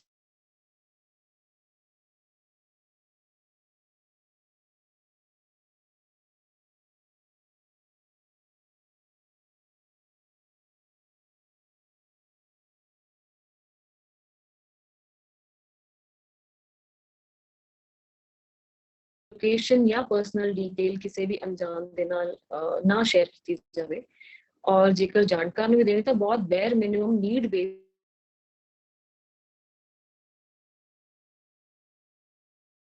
ਇਨਫੋਰਮੇਸ਼ਨ ਹੀ ਸ਼ੇਅਰ ਕੀਤੀ ਜਾਵੇ। ਉਹਨੂੰ ਅਗਰ ਪਰਸਨਲੀ ਮਿਲਣਾ ਹੈ ਤਾਂ ਕਿਸੇ ਆਪਦੇ ਪੈਰੈਂਟ ਨਾਲ, ਐਡਲਟ ਨਾਲ, ਆਪਦੇ ਕਿਸੇ ਟਰਸਟਡ ਬੰਦੇ ਦੇ ਨਾਲ ਹੀ ਮਿਲਿਆ ਜਾਵੇ। Again, don't believe on strangers who you meet online. ਕਿਸੇ ਵੀ ਈਮੇਲ ਨੂੰ, ਕਿਸੇ ਵੀ ਪਿਕਚਰ ਨੂੰ, ਕਿਸੇ ਵੀ ਤਰ੍ਹਾਂ ਦੇ ਲਿੰਕ ਨੂੰ ਜਦੋਂ ਤੱਕ ਲੋਡ ਨਾ ਹੋਏ ਉਦੋਂ ਤੱਕ ਕਲਿੱਕ ਜਾਂ ਓਪਨ ਨਾ ਕੀਤਾ ਜਾਏ। ਕਿਸੇ ਦੇ ਨਾਲ ਅਗਰ ਤੁਸੀਂ ਗੱਲ ਕਰਨ ਦੇ ਵਿੱਚ you are feeling uncomfortable, you should not continue that conversation. You should bring that up. You should talk about that with your parents, with your teachers, with your friends. Unnecessary sites ਨੂੰ ਅਸੀਂ ਜਿਹੜੀਆਂ restricted sites ਨੇ, that should be avoided, because they are generally they are a trap, ਔਰ ਤੁਹਾਡਾ ਕਿਤਨਾ ਕਿਤੇ ਕਿ ਜਿਹੜੀ ਇਨਫੋਰਮੇਸ਼ਨ ਉਹ ਹੈਕ ਕੀਤੀ ਜਾਂਦੀ ਹੈ, ਉਹ ਤੁਹਾਡੇ ਹੀ ਅਗੇਂਸਟ ਯੂਜ਼ ਕਰਕੇ ਤੁਹਾਨੂੰ ਬਲੈਕਮੇਲ ਕੀਤਾ ਜਾ ਸਕਦਾ ਹੈ। ਆਪਣੇ ਪਾਸਵਰਡਸ ਬਹੁਤ ਹੀ ਸੀਕ੍ਰੇਟ ਰੱਖੋ। Don't even share your passwords with your best friends. This should be as precious to you as your treasure whatever that could mean to you. ਕਿਸੇ ਵੀ friend circle ਦੇ ਵਿੱਚ ਆਪਣਾ passwords ਨਾ share ਕੀਤੇ ਜਾਣ, because there are cases that we've come across ਕਿ ਬੱਚਿਆਂ ਨੇ trust ਦੇ ਵਿੱਚ ਹੀ ਆਪਣੇ group ਦੇ ਵਿੱਚ passwords share ਕਰੇ, and the moment ਉਹ ਬੱਚਿਆਂ ਨੂੰ ਕਿਤੇ ਆਪਣੀ rivalry ਕੱਢਣ ਦਾ ਮੌਕਾ ਮਿਲਿਆ, that was misused, and then they had to go through the entire trauma of seeing their videos going viral, the pictures going viral on the social media. Yeah, next slide please.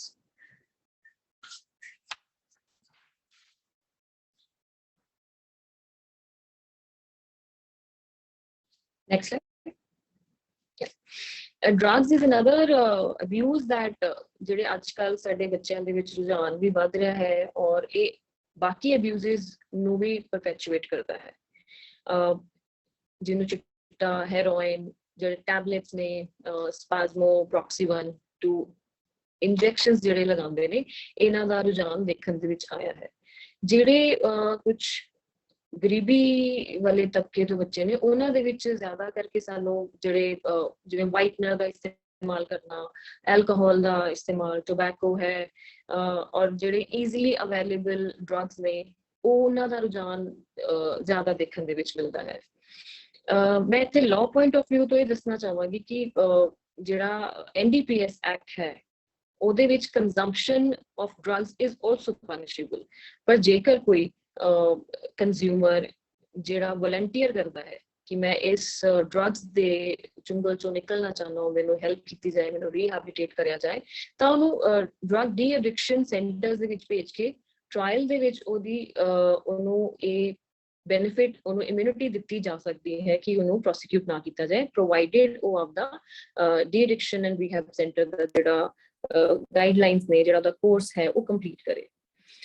ਇਸ ਦੇ ਵਿੱਚ police ਵੱਲੋਂ ਬਹੁਤ ਸਾਰੇ awareness campaigns conduct ਕੀਤੇ ਜਾਂਦੇ ਨੇ schools and colleges to make children aware ਕਿ ਇਹ ਜਿਹੜਾ ਡਰੱਗਸ ਹੈ, ਇਹ ਉਹਨਾਂ ਦੀ ਲਾਈਫ ਲਈ ਇਹ ਬਹੁਤ ਡੇਂਜਰਸ ਨੇ। ਉਹਨਾਂ ਨੂੰ ਉਸ ਟਾਈਮ ਨਹੀਂ ਕਲੀਅਰ ਹੁੰਦਾ, ਦੇ probably do it because it is the most fashionable thing these days, but ਉਹਨਾਂ ਦੇ ਰੈਪਰਕਸ਼ਨਸ ਬਾਰੇ ਜਦੋਂ ਉਹਨਾਂ ਨੂੰ ਦੱਸਿਆ ਜਾਂਦਾ, ਆਈ ਥਿੰਕ ਕਾਫੀ ਬੱਚਿਆਂ ਨੂੰ ਇਸ ਚੀਜ਼ ਦਾ ਰਿਅਲਾਈਜ਼ ਹੁੰਦਾ ਕਿ ਵੀ ਵਰ ਨਾਟ ਰਾਈਟ ਵੈਨ ਵੀ ਵਰ thinking about doing that.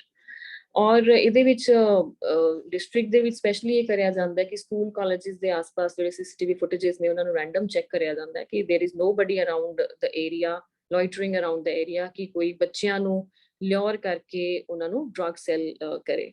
Next slide please.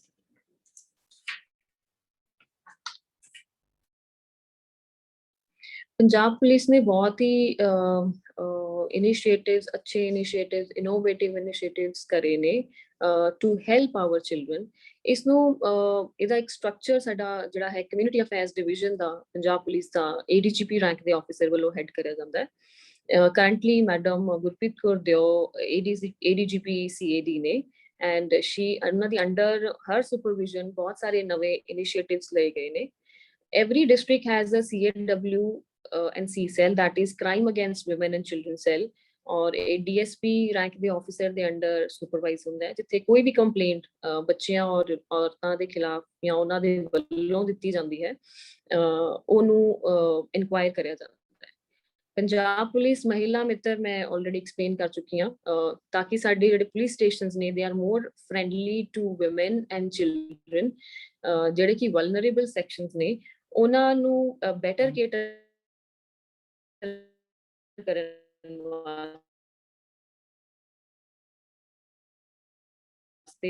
Punjab police ਨੇ CAD ਵੱਲੋਂ ਹਰੇਕ ਸਕੂਲਾਂ ਦੇ ਨਾਲ ਲਾਈਜ਼ਨ ਕਰਕੇ we are providing to children. Cyber ਸੁਰੱਖਿਆ ਕੈਂਪੇਨ ਸਾਡਾ 3 ਮਹੀਨੇ ਦਾ ਚੱਲਿਆ ਸੀਗਾ, ਜਿਹਦੇ ਵਿੱਚ ਸਕੂਲਸ ਐਂਡ ਰੂਰਲ ਏਰੀਆਜ਼ ਦੇ ਵਿੱਚ ਵੀ gave awareness about the how to handle cyber world, especially ਬੱਚਿਆਂ ਤੇ ਟਾਰਗੇਟ ਕਰਿਆ ਗਿਆ, ਕਿਉਂਕਿ ਅੱਜ ਕੱਲ੍ਹ ਦੇਖਣ ਚ ਆਇਆ ਸੀਗਾ ਕਿ ਜ਼ਿਆਦਾ ਹੀ ਬੱਚਿਆਂ ਦੇ ਉੱਪਰ they are indulging into digital world and they are exposed to the dangers of the cyber world. ਧੀਆਂ ਦਾ ਇੱਕ ਬੜਾ ਹੀ ਨਿਵੇਕਲਾ ਇਨੀਸ਼ੀਏਟਿਵ ਸੀ, ਜਿਹਦੇ ਵਿੱਚ ਜਿਹੜੇ ਆਪਣੀ ਲੇਬਰ ਕਲਾਸ ਦੇ ਲੋਕ ਨੇ, ਕਿਉਂਕਿ ਉਹ ਗਰੀਬੀ ਕਰਕੇ ਦੋਨੋਂ ਹੀ ਪੈਰੈਂਟਸ ਨੂੰ ਆਪਣੀ ਫੈਕਟਰੀ 'ਚ ਜਾਣਾ ਪੈਂਦਾ ਹੈ, ਉਹਨਾਂ ਦੇ ਬੱਚੇ ਪਿੱਛੇ ਅਨਅਟੈਂਡਡ ਰਹਿੰਦੇ ਆ। ਸੋ ਇਸ ਕਨਸੈਪਟ ਦੇ ਨਾਲ, ਇਸ ਪ੍ਰੋਜੈਕਟ ਦੇ ਨਾਲ ਅਸੀਂ ਇੱਕ NGO ਨਾਲ ਟਾਈ ਅਪ ਕਰਿਆ, ਜਿਨ੍ਹਾਂ ਨੇ ਇਹ ਸਾਨੂੰ ਆਫਰ ਕਰਿਆ ਕਿ ਅਸੀਂ ਮਦਰਸ ਨੇ ਜਿਹੜੀਆਂ, ਜਿਨ੍ਹਾਂ ਨੂੰ ਫੈਕਟਰੀਜ਼ ਜਾਣਾ ਪੈਂਦਾ ਹੈ ਬੱਚਿਆਂ ਨੂੰ, ਕਿਉਂਕਿ ਉਹ ਦੇਖ ਨਹੀਂ ਪਾਉਂਦੀਆਂ, ਸੋ ਵੀ ਹਾਇਰ 2 ਮਦਰਸ ਕਿ ਜਿਹੜੀ ਫੈਕਟਰੀ ਨਹੀਂ ਜਾਏਗੀ, ਉਹਨਾਂ ਦੀ ਸੈਲਰੀ ਸਾਡੇ NGO ਨੇ ਆਫਰ ਕਰੀ, ਔਰ ਉਹ ਆਪਣੇ ਬੱਚੇ ਔਰ ਉਸ ਵਿਹੜੇ ਦੇ ਆਸ-ਪਾਸ ਜਿੰਨੇ ਵੀ ਫੈਕਟਰੀ ਵਰਕਰਸ ਦੇ ਬੱਚੇ ਹੁੰਦੇ ਹੈ, ਉਹ ਉਹਨਾਂ ਦਾ ਧਿਆਨ ਰੱਖਦੀਆਂ ਨੇ। So every child there is attended, ਜਿਹਦੇ ਨਾਲ ਕਿ ਜਿਹੜੇ ਮੋਲੈਸਟੇਸ਼ਨ ਦੇ ਕੇਸਿਸ ਨੇ, ਜਿਹੜੇ ਕਿ ਉਹੀ ਬੱਚੇ ਜਿਹੜੇ ਅਨਅਟੈਂਡਡ ਗਲੀਆਂ 'ਚ ਘੁੰਮਦੇ ਨੇ and they are exposed to the dangers of sexual abuse, ਉਹ ਬੱਚੇ ਹੁਣ ਇੱਕ safe environment all the time they are attended, ਤੇ ਉਹ ਉਸ ਡੇਂਜਰ ਤੋਂ ਮਹਿਫੂਜ਼ ਹੋ ਗਏ ਨੇ। Another app is our Know Your Police app. This is, I would appeal everybody to download it, because ਸਾਨੂੰ ਕਿਸੇ ਟਾਈਮ ਇਹ ਪਤਾ ਨਹੀਂ ਲੱਗਦਾ ਕਿ ਹੁਣ ਜੇ ਮੇਰੇ ਨਾਲ ਇੱਥੇ ਹਾਦਸਾ ਹੋ ਗਿਆ ਤਾਂ ਮੈਂ ਕਿਹਨੂੰ ਰਿਪੋਰਟ ਕਰਾਂ। So this app tells you, apart from any other facilities, ਕਿ ਮੇਰਾ ਕੰਸਰਨ ਥਾਣਾ ਕੀ ਪੈਂਦਾ ਹੈ, ਇਹਦੇ ਆਫੀਸਰਸ ਕੌਣ ਨੇ, ਇਹਨਾਂ ਆਫੀਸਰਸ ਦੇ ਨੰਬਰ ਕੀ ਨੇ। So immediate contact is what you require. So next slide please.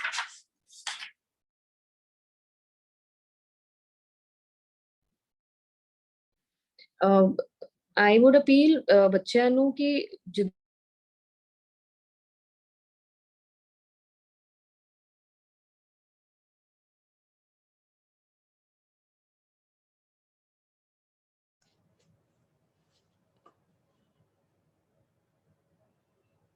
ਯਾਰ ਮੈਂ ਔਨ ਸਕਰੀਨ ਜਿਹੜੇ ਈਮੇਲ ਐਡਰੈਸਿਸ ਦਿੱਤੇ ਹੋਏ ਨੇ, ਸਾਡੇ ਨੈਸ਼ਨਲ ਈਮੇਲ ਐਡਰੈਸਿਸ ਨੇ, ਸਾਡੇ ਸਟੇਟ ਦਾ ਈਮੇਲ ਐਡਰੈਸ ਹੈ, ਐਂਡ ਪਲੱਸ ਸਾਡੇ ਲੁਧਿਆਣਾ ਡਿਸਟ੍ਰਿਕਟ ਦਾ ਈਮੇਲ ਐਡਰੈਸ ਹੈ। ਵੀ ਕੈਨ ਆਲਵੇਜ਼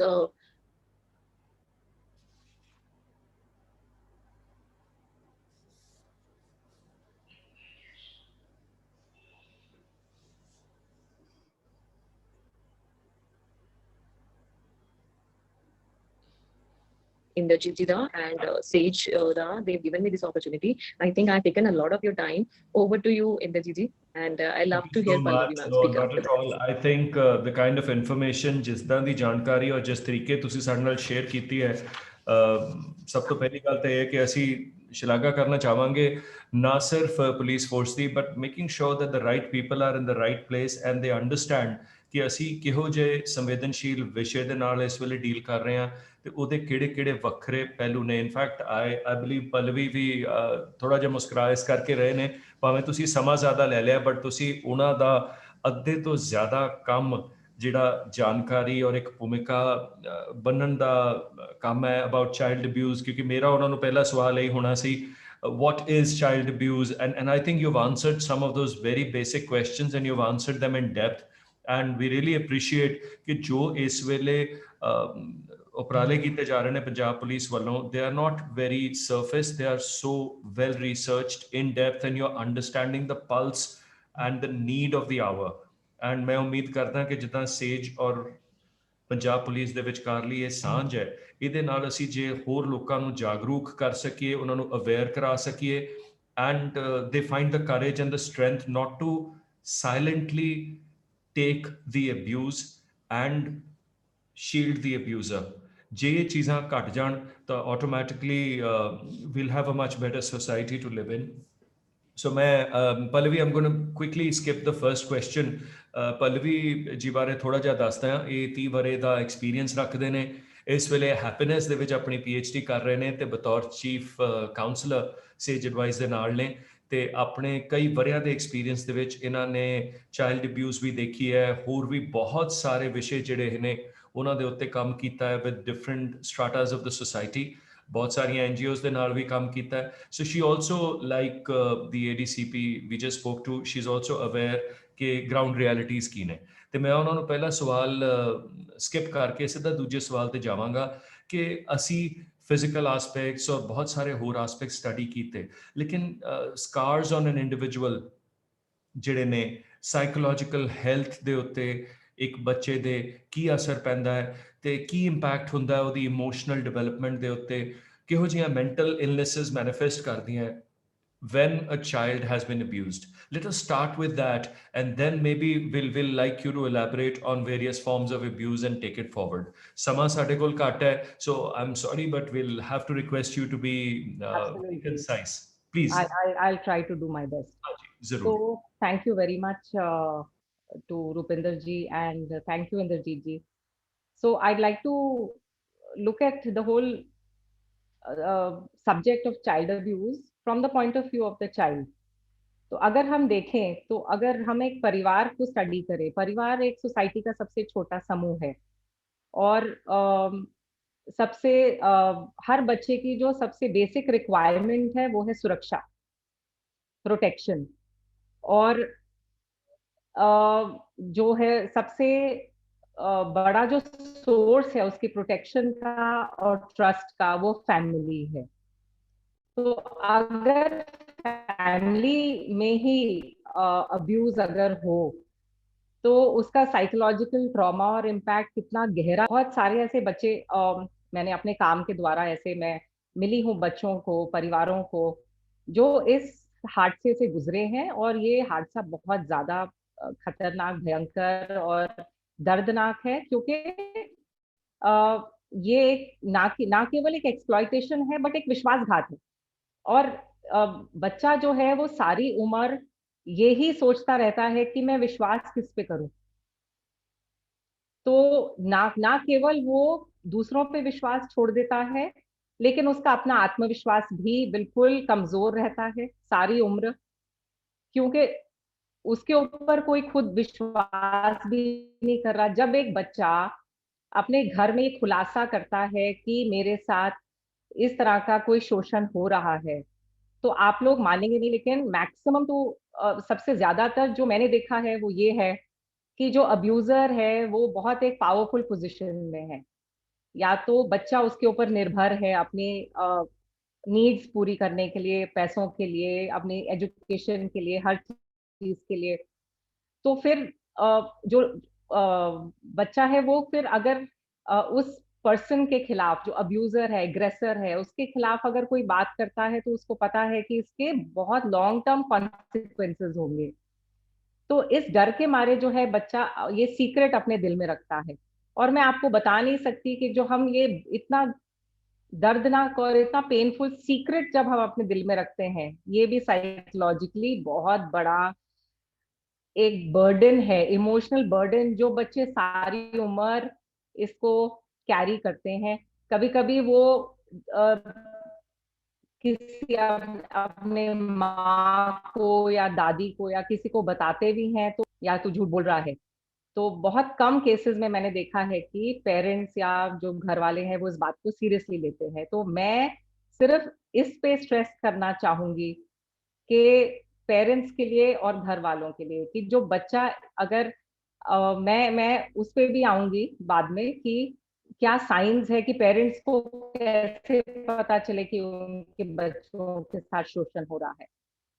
तो सबसे पहले अगर हम इसका साइकोलॉजिकल इम्पैक्ट देखेंगे, सबसे बड़ा है कि बच्चा किसी पे ट्रस्ट नहीं करता, वो खुद पे भी ट्रस्ट नहीं करता, क्योंकि उसको तो ये कहा जाता है कि तू झूठ बोल रहा है। कहीं ना कहीं बच्चे को ये भी गिल्टी फील कराया जाता है कि वो अकम्प्लिस है। उसको जब मालूम ही नहीं कि ये एक्ट हो क्या रहा है, लेकिन उसको बाद में ये आई थिंक गिल्टी ये महसूस कराया जाता है कि तुमने पहले क्यों नहीं बताया। जब कभी कभी बच्चे बहुत साल बाद ये रिपोर्ट करते हैं। एक मी टू मूवमेंट स्टार्ट हुआ था, जो कि आई एम श्योर कि जितने भी लोग सुन रहे हैं आप सब इस बात की आप जानते हैं इसके लिए। और ये मी टू मूवमेंट में जो भी जिन्होंने भी जो अब्यूज्ड थे, जो विक्टिम्स थे, उन्होंने जब अपना खुलासा किया तो अलग अलग रिएक्शंस थे। कोई उनको कह रहा था कि पब्लिसिटी स्टंट है, कोई उनको कह रहा था कि अटेंशन सीकिंग है, कोई उनको उन पे विश्वास नहीं कर रहा था।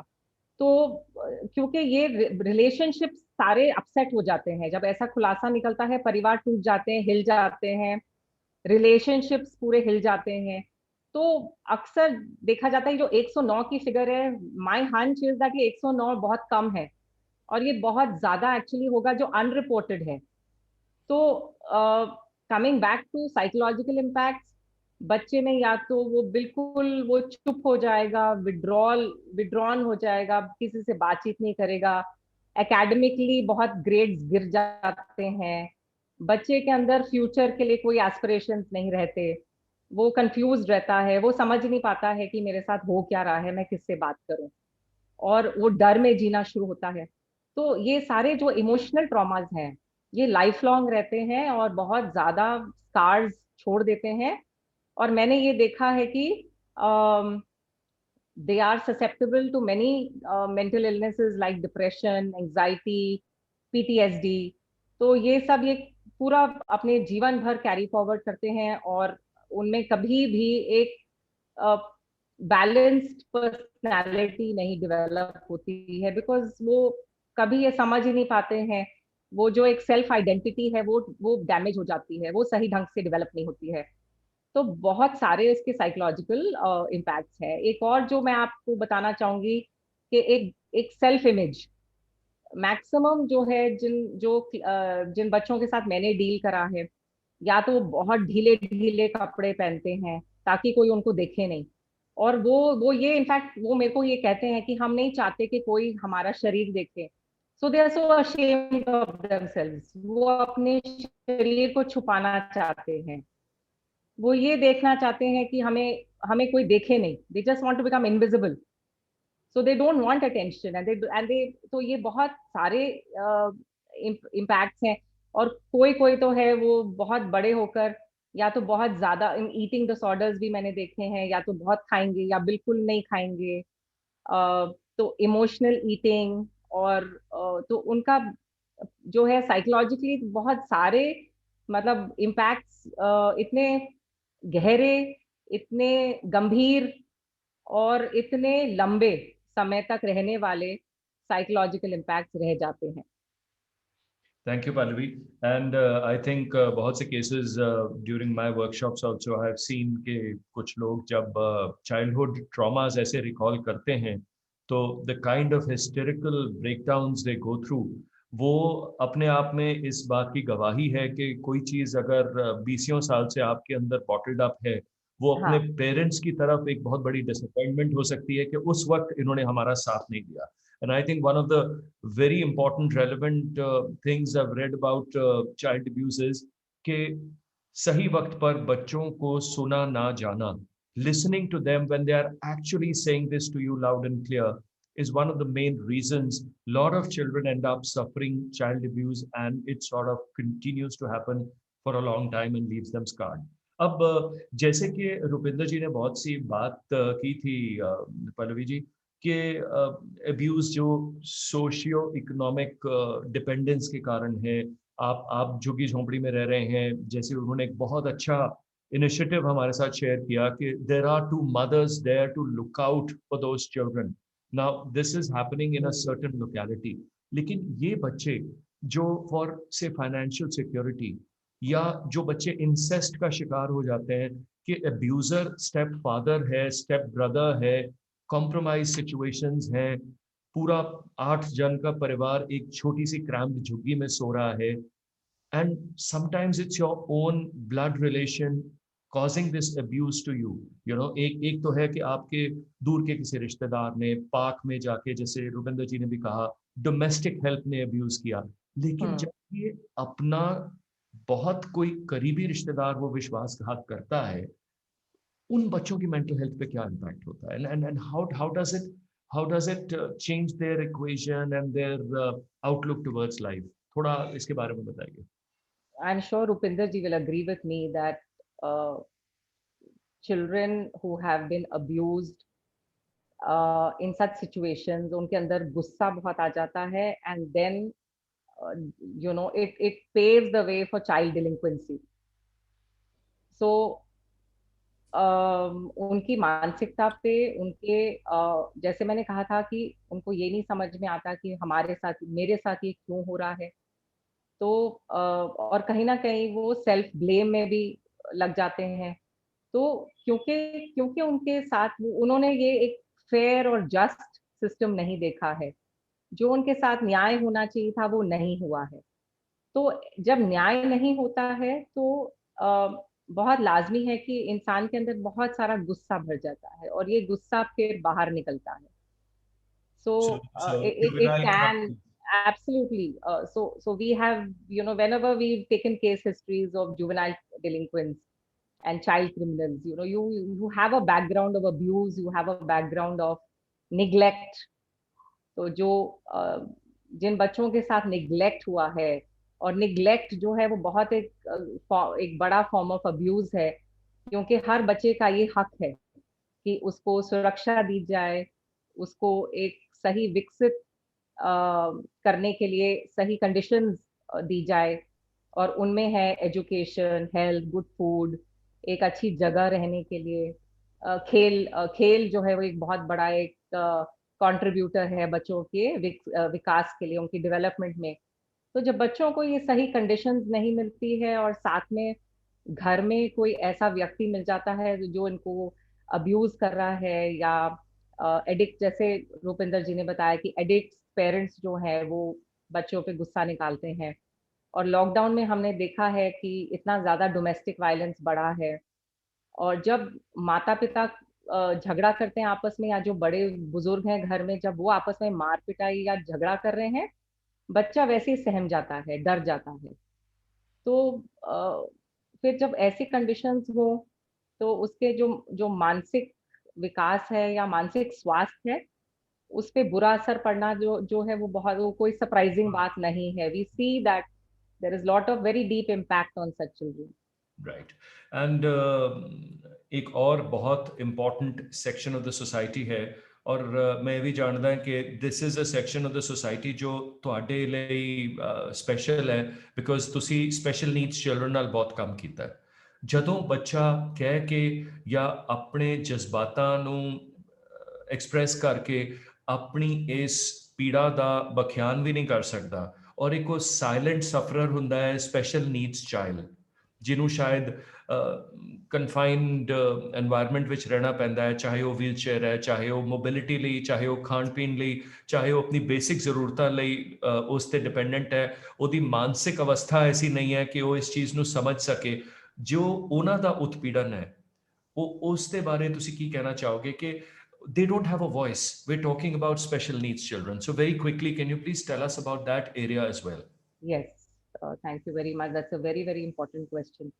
अगर हम बच्चों को वल्नरेबल मानते हैं, अगर हम आम बच्चों को, जो स्वस्थ बच्चे हैं, अगर हम उनको समझ रहे हैं कि वो बहुत वीक है और वल्नरेबल है, और बहुत ज़्यादा विक्टिमाइज होने के उनके साथ चांसेस हैं, तो आप लोग ये समझिए कि अगर एक बच्चा जिसका विकास सही ढंग से हुआ नहीं है, या कोई बच्चा जिसके दिमाग का विकास पूरा ना होने के कारण उसमें बहुत सारी कमियां रह गई हैं, तो जिनको हम स्पेशल नीड्स बच्चे कहते हैं, तो क्योंकि ये न्यूरो डेवलपमेंटल डिसेबिलिटीज हैं, तो कहीं ना कहीं देखा गया है कि या तो उनके चलने फिरने में कोई दिक्कत है, या स्पीच में दिक्कत है। तो खास तौर पे मेरा जो ध्यान जा रहा है वो ये है कि अगर बच्चा नॉन वर्बल है, वो बोल नहीं पाता है, तो ऐसे बच्चों के साथ वो बच्चा तो कुछ बोल भी नहीं पाएगा, तो ऐसे में क्या करना चाहिए? तो हम अपने सेंटर्स में, जहाँ भी हम जलंधर में, हम बहुत सारे एनजीओज हैं जो स्पेशल नीड्स बच्चों के लिए काम कर रहे हैं। हम माँ बाप को, माता पिता को ट्रेनिंग देते हैं कि बच्चों को शुरू से ही ये बताया जाए कि गुड टच क्या है और बैड टच क्या है। और इनफैक्ट ये मैं हर माता पिता को कहूंगी कि बच्चों को पहले से ही सावधान करिए कि बच्चों के कहाँ पे कोई आपको छू सकता है और कहाँ नहीं छू सकता है, स्पेशली जो जेनिटल्स है, जो सेंसिटिव एरियाज है बॉडी के, वहां पे बिल्कुल किसी ने आपको टच नहीं करना। तो ये एक मैसेज इन बच्चों के साथ हमने देखा है इंद्र जी, जैसे नॉर्मल बच्चों को तो आप बता सकते हो, आप एक कहानी द्वारा भी बता सकते हो, लेकिन स्पेशल नीड्स बच्चों को अगर हम चित्र दिखाते हैं, पोस्टर्स दिखाते हैं, विजुअल्स दिखाते हैं, तो उनको बहुत अच्छे से ये बात समझ लग जाती है कि कहाँ पे नहीं किसी ने आपको टच करना है, या इवन मारना नहीं है। क्योंकि देखा गया है कि कहीं कहीं जो स्पेशल नीड्स के बच्चों के स्कूल्स हैं, वहां पे क्योंकि ये बच्चे कुछ पढ़ लिख नहीं पाते हैं, काम नहीं कर पाते हैं, तो कभी कभी कोई इस अब्यूज का भी शिकार, फिजिकल अब्यूज का भी शिकार उनको बनना पड़ता है। तो हम बच्चों को ट्रेनिंग देते हैं कि उनको ये बात समझ आए, और वो जो है हाथ को पकड़ भी सकते हैं, रोक भी सकते हैं, और उनको वो अपने ढंग से अपने घर में माता पिता को वो जैसे भी कम्युनिकेट करते हैं, जो नॉन वर्बल बच्चे हैं उनके माता पिता को हम ट्रेनिंग देते हैं कि पिक्चर्स के द्वारा कम्युनिकेट किया जाए। तो हम आई थिंक माता पिता को बहुत सावधान रहना चाहिए। और एक मैं बताना चाहूंगी बहुत यूजफुल जो हमने बच्चों के साथ करा है, वो ये है कि हम सर्कल्स ड्रॉ करके हम बच्चों को सिखाते हैं कि कौन से सर्कल जो इनर सर्कल है उनमें हम डालते हैं फैमिली मेंबर्स के नाम। तो हम कहते हैं सिर्फ ये लोग आपको हग कर सकते हैं, किस कर सकते हैं, टच कर सकते हैं, जैसे माता पिता हो गए, ग्रैंड पेरेंट्स हो गए या भाई बहन हो गए। और जो बाकी स्ट्रेंजर्स हैं या इवन रिश्तेदार, दूर के रिश्तेदार हैं या आस पड़ोस के लोग हैं, वो आपको हाथ नहीं लगा सकते। तो हमने सर्कल्स बनाकर उनको हमने ये सिखाया है कि इनर सर्कल में जो है वही लोग आपको टच कर सकते, जो आउटर सर्कल में है वो आपको नहीं टच कर सकते। तो ये ऐसी एजुकेशन के साथ हमने देखा है कि हमारे बच्चे काफी सुरक्षित रहते हैं। और अगर कोई ऐसा बच्चा कुछ रिपोर्ट करता है कि मेरे साथ कुछ ऐसी सिचुएशन है जब कि अब्यूज हुआ है, तो मैं यही रिक्वेस्ट करना चाहूंगी एडीसीपी को कि स्पेशल नीड्स बच्चों के साथ कोई ना कोई सोशल वर्कर जो बच्चे के साथ काम कर रहे हैं, ऐसे ऐसे सोशल वर्कर को भी आप बच्चे के साथ शामिल करिए, जो भी क्वेश्चनिंग या जो भी प्रोसेस लीगल प्रोसीजर उसमें शामिल कीजिए। और बच्चे की जो भी क्वेश्चनिंग हो वो घर पे हो। वो इवन जितने मर्जी चाइल्ड प्रोटेक्शन ऑफिसर्स हो या कोई हो, तो स्पेशल नीड्स बच्चों के लिए तो नामुमकिन है जाना बाहर कहीं, और वो बहुत डर जाएंगे। तो ये मैं रिक्वेस्ट करना चाहूंगी कि ऐसे बच्चों को हम घर पे ही क्वेश्चनिंग करें, सेफ एनवायरनमेंट में, फेमिलियर एनवायरनमेंट में। ये हमारे स्पेशल नीड्स बच्चों के लिए बहुत जरूरी है। Pallavi, Absolutely, thank you ma'am. So much, because मैं अगला सवाल जो आपसे पूछता वो यही था, tips for parents, but I think you have combined and summarised it very beautifully.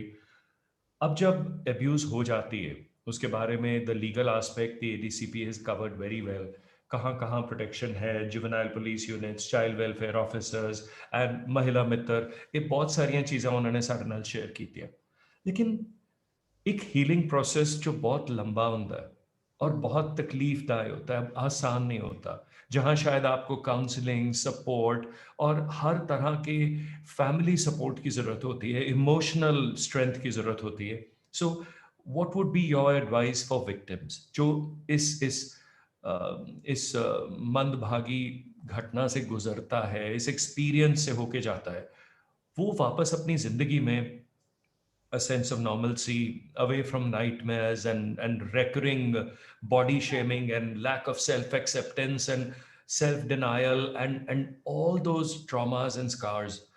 मैंने तो कई केसेस में ये भी देखा है कि अपनी खुद की मैरिटल लाइफ में इंटीमेसी में उनको बहुत दिक्कत आती है, because they are just so traumatised by that experience, they find it difficult to embrace their own life partners. So right. जो विक्टिम्स हैं उनके लिए आप क्या वे फॉरवर्ड सजेस्ट करती हैं?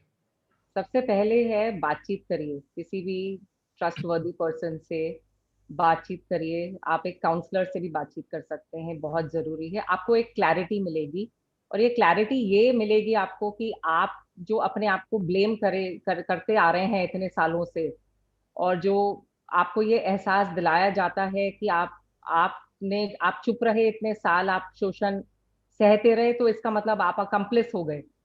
तो सबसे पहले ये इसको समझना कि चाहे तुम चुप रहे बड़े साल और तुमने शोषण आप सहते रहे, फिर भी तुम अकम्प्लिस नहीं हो, तुम भागीदारी नहीं थे।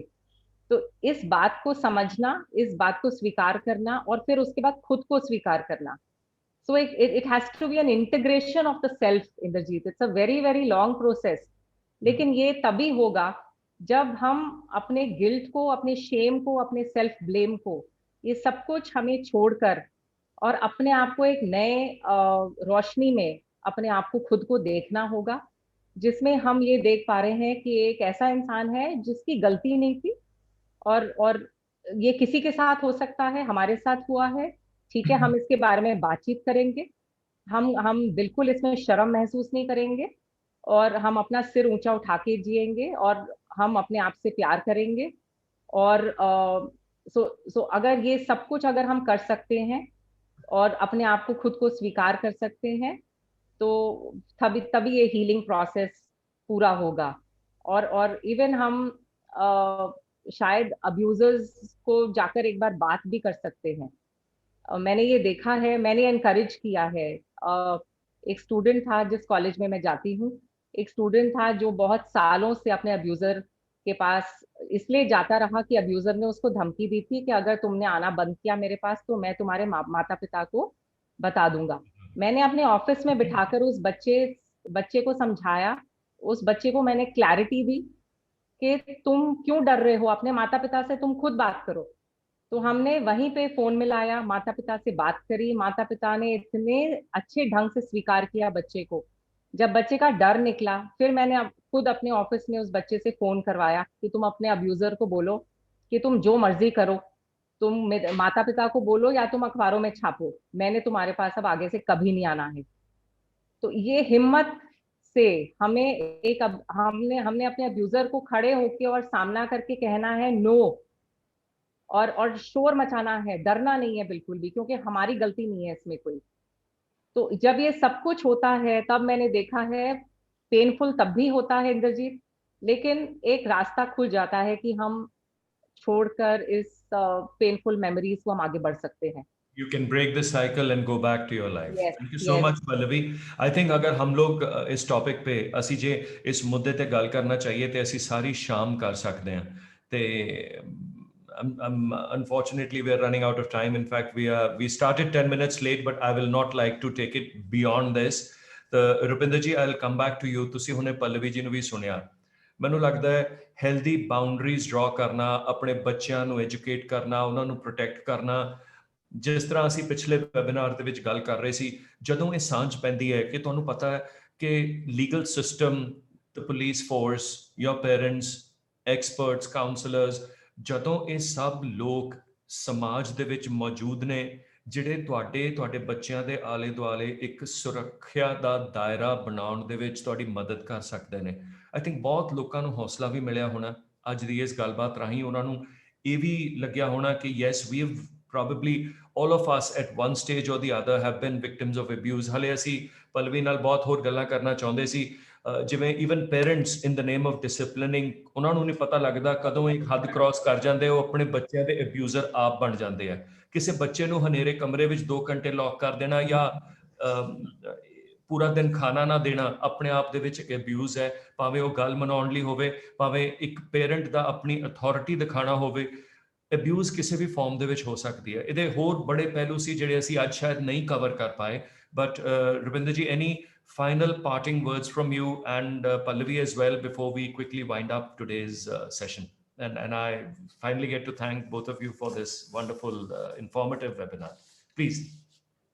Yes, my only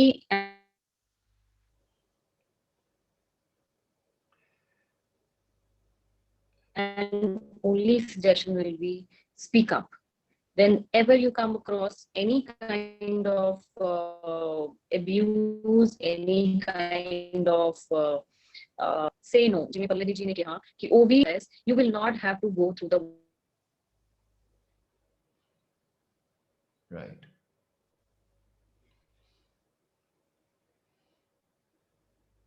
I think we're facing some signal issues. I can request you to maybe turn off your video, and maybe if you're just speaking, your audio is there, maybe you can complete your thought and then we can move on to Pallavi. Sometimes the bandwidth can cause that. Please.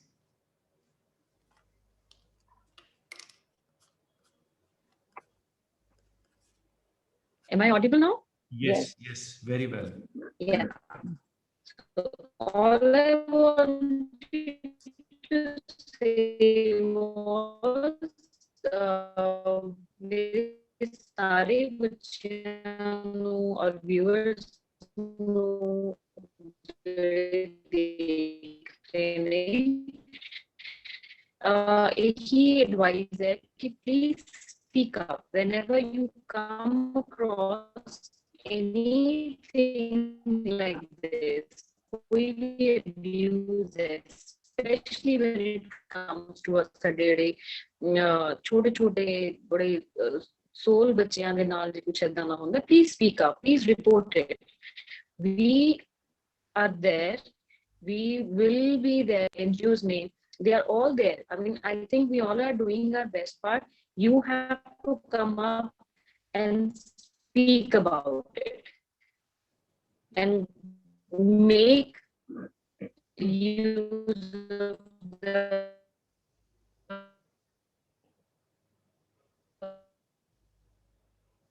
Well, I could not get the last bit, but yes, I think the clear message that you that you have around you.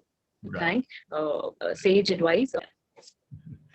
Thank you so much. In bits and pieces, let me quickly summarize. I think what I could gather was to see Kena Chara Sige, speak up, have the courage to speak up. There are people who are there to protect you. There's family there to support you. Acceptance, understanding, and I think one of the biggest things that we need to wipe clean is the sense of guilt and the burden that an abused entity or person carries on their body and on their mind of feeling dirty, unacceptable, and that's what takes away their strength and courage. So the moment they find their voice, there are people who will reach out, there are helping hands, there are supporting hands and protecting hands that will reach out. Pallavi, you'd like to reinforce that thought? Then maybe we can close. I agree 100%. Speak up. It's not your fault. You have to speak up. अगर तुम बोलोगे नहीं, तुम चुप रहोगे, तो abusers को that's how they want it. वो threaten करते हैं इसीलिए कि वो चाहते हैं कि आप चुप रहें. But yes, I think speak up is the biggest message that we need to give people today. So I think वही जानते जानते जे मैं गुरु गोबिंद सिंह जी की गल फिर दोहरावां ते I will not say it in the language he had put it, but I'd simply like to say and conclude that he always said that to silently suffer the atrocities that an abuser or anyone who's being unjust to you and unfair to you and is taking advantage, the abuser definitely is the criminal, but to silently suffer abuse becomes a bigger crime. Let's all make sure that we protect our children. We are able to give them a safe, nurturing environment that is that's going to help them blossom into the citizens of tomorrow. This is a small endeavor, एक छोटी जी कोशिश है ਸਾਡਾ ਉਪਰਾਲਾ ਜਿਹਦੇ ਵਿੱਚ ਸਾਨੂੰ Punjab police ਨੇ ਬਹੁਤ ਸਮਰਥਨ ਦਿੱਤਾ ਹੈ ਸੇਜ ਐਡਵਾਈਸ ਵੱਲੋਂ ਤੇ ਪੰਜਾਬ ਪੁਲਿਸ ਵੱਲੋਂ ਸਭ ਤੋਂ ਪਹਿਲਾਂ ਤਾਂ ਮੈਂ ਤੁਹਾਡਾ ਧੰਨਵਾਦ ਕਰਨਾ ਚਾਹਾਂਗਾ ਤੁਸੀਂ ਇੰਨਾ ਸਮਾਂ ਕੱਢਿਆ ਥੋੜੇ ਟੈਕਨੀਕਲ ਸਨੈਕਸ ਦੇ ਬਾਵਜੂਦ ਤੁਸੀਂ ਆਪਣੀ ਪੂਰੀ ਪੇਸ਼ੈਂਸ ਦੇ ਨਾਲ ਸਾਨੂੰ ਸੁਣਿਆ ਵੇਖਿਆ ਇਸੇ ਤਰ੍ਹਾਂ ਸਾਡੇ ਅਗਲੇ ਵੈਬਿਨਾਰ ਦਾ ਇੰਤਜ਼ਾਰ ਕਰਿਓ ਜਿਸ ਦੇ ਵਿੱਚ ਫੇਰ ਅਸੀਂ ਕੋਈ ਨਾ ਕੋਈ ਐਸਾ ਵਿਸ਼ਾ ਜ਼ਰੂਰ ਛੇੜਾਂਗੇ ਜੋ ਸਮਾਜ ਨੂੰ ਔਰ ਖਾਸ ਕਰ ਅੱਜ ਦੀ ਇਸ ਲੋੜ ਨੂੰ ਐਡਰੈਸ ਕਰੇਗਾ 50% ਦੇ ਕਰੀਬ ਇਨਕਰੀਜ਼ ਹੋਇਆ ਹੈ ਚਾਈਲਡ ਅਬਿਊਜ਼ ਦੇ ਵਿੱਚ ਲਾਕਡਾਊਨ ਦੇ ਦੌਰਾਨ ਇੱਕ ਆંકੜਾ ਹੈ ਇਹਦੇ ਬਾਰੇ ਸੋਚਿਓ ਜ਼ਰੂਰ ਇਹਦੇ ਬਾਰੇ ਵਿਚਾਰ ਜ਼ਰੂਰ ਕਰਿਓ ਤੇ DGP Shivankar Gupta and ADGP community affairs Shrimati Gurpreet Deo ਜਿਨ੍ਹਾਂ ਨੇ ਇਸ ਇਨੀਸ਼ੀਏਟਿਵ ਦੇ ਵਿੱਚ ਸਾਨੂੰ ਹੋਰ ਇਨਕਰੇਜ ਕੀਤਾ ਹੈ and the entire team of sage advice thank you so much and thank you everyone for being with us ਤੁਸੀਂ ਸਾਨੂੰ ਫੋਲੋ ਕਰ ਸਕਦੇ ਹੋ ਪੰਜਾਬ ਪੁਲਿਸ ਦੇ ਫੇਸਬੁੱਕ ਪੇਜ ਤੇ ਸੇਜ ਐਡਵਾਈਸ ਦੇ ਇੰਸਟਾਗ੍ਰਾਮ ਹੈਂਡਲਸ ਤੇ ਹਰ ਜਗ੍ਹਾ ਤੁਹਾਨੂੰ ਸਾਡੇ ਆਉਣ ਵਾਲੇ ਇਵੈਂਟਸ ਬਾਰੇ ਹੋਰ ਇਨਫੋਰਮੇਸ਼ਨ ਮਿਲੇਗੀ and once again I thank our experts today ADCP Crime and Mrs. Rupendra Kaur Patti and of course Pallavi from Sage Advice for being here with us and thank you all of you for your patience have a safe wonderful day ahead of you thank you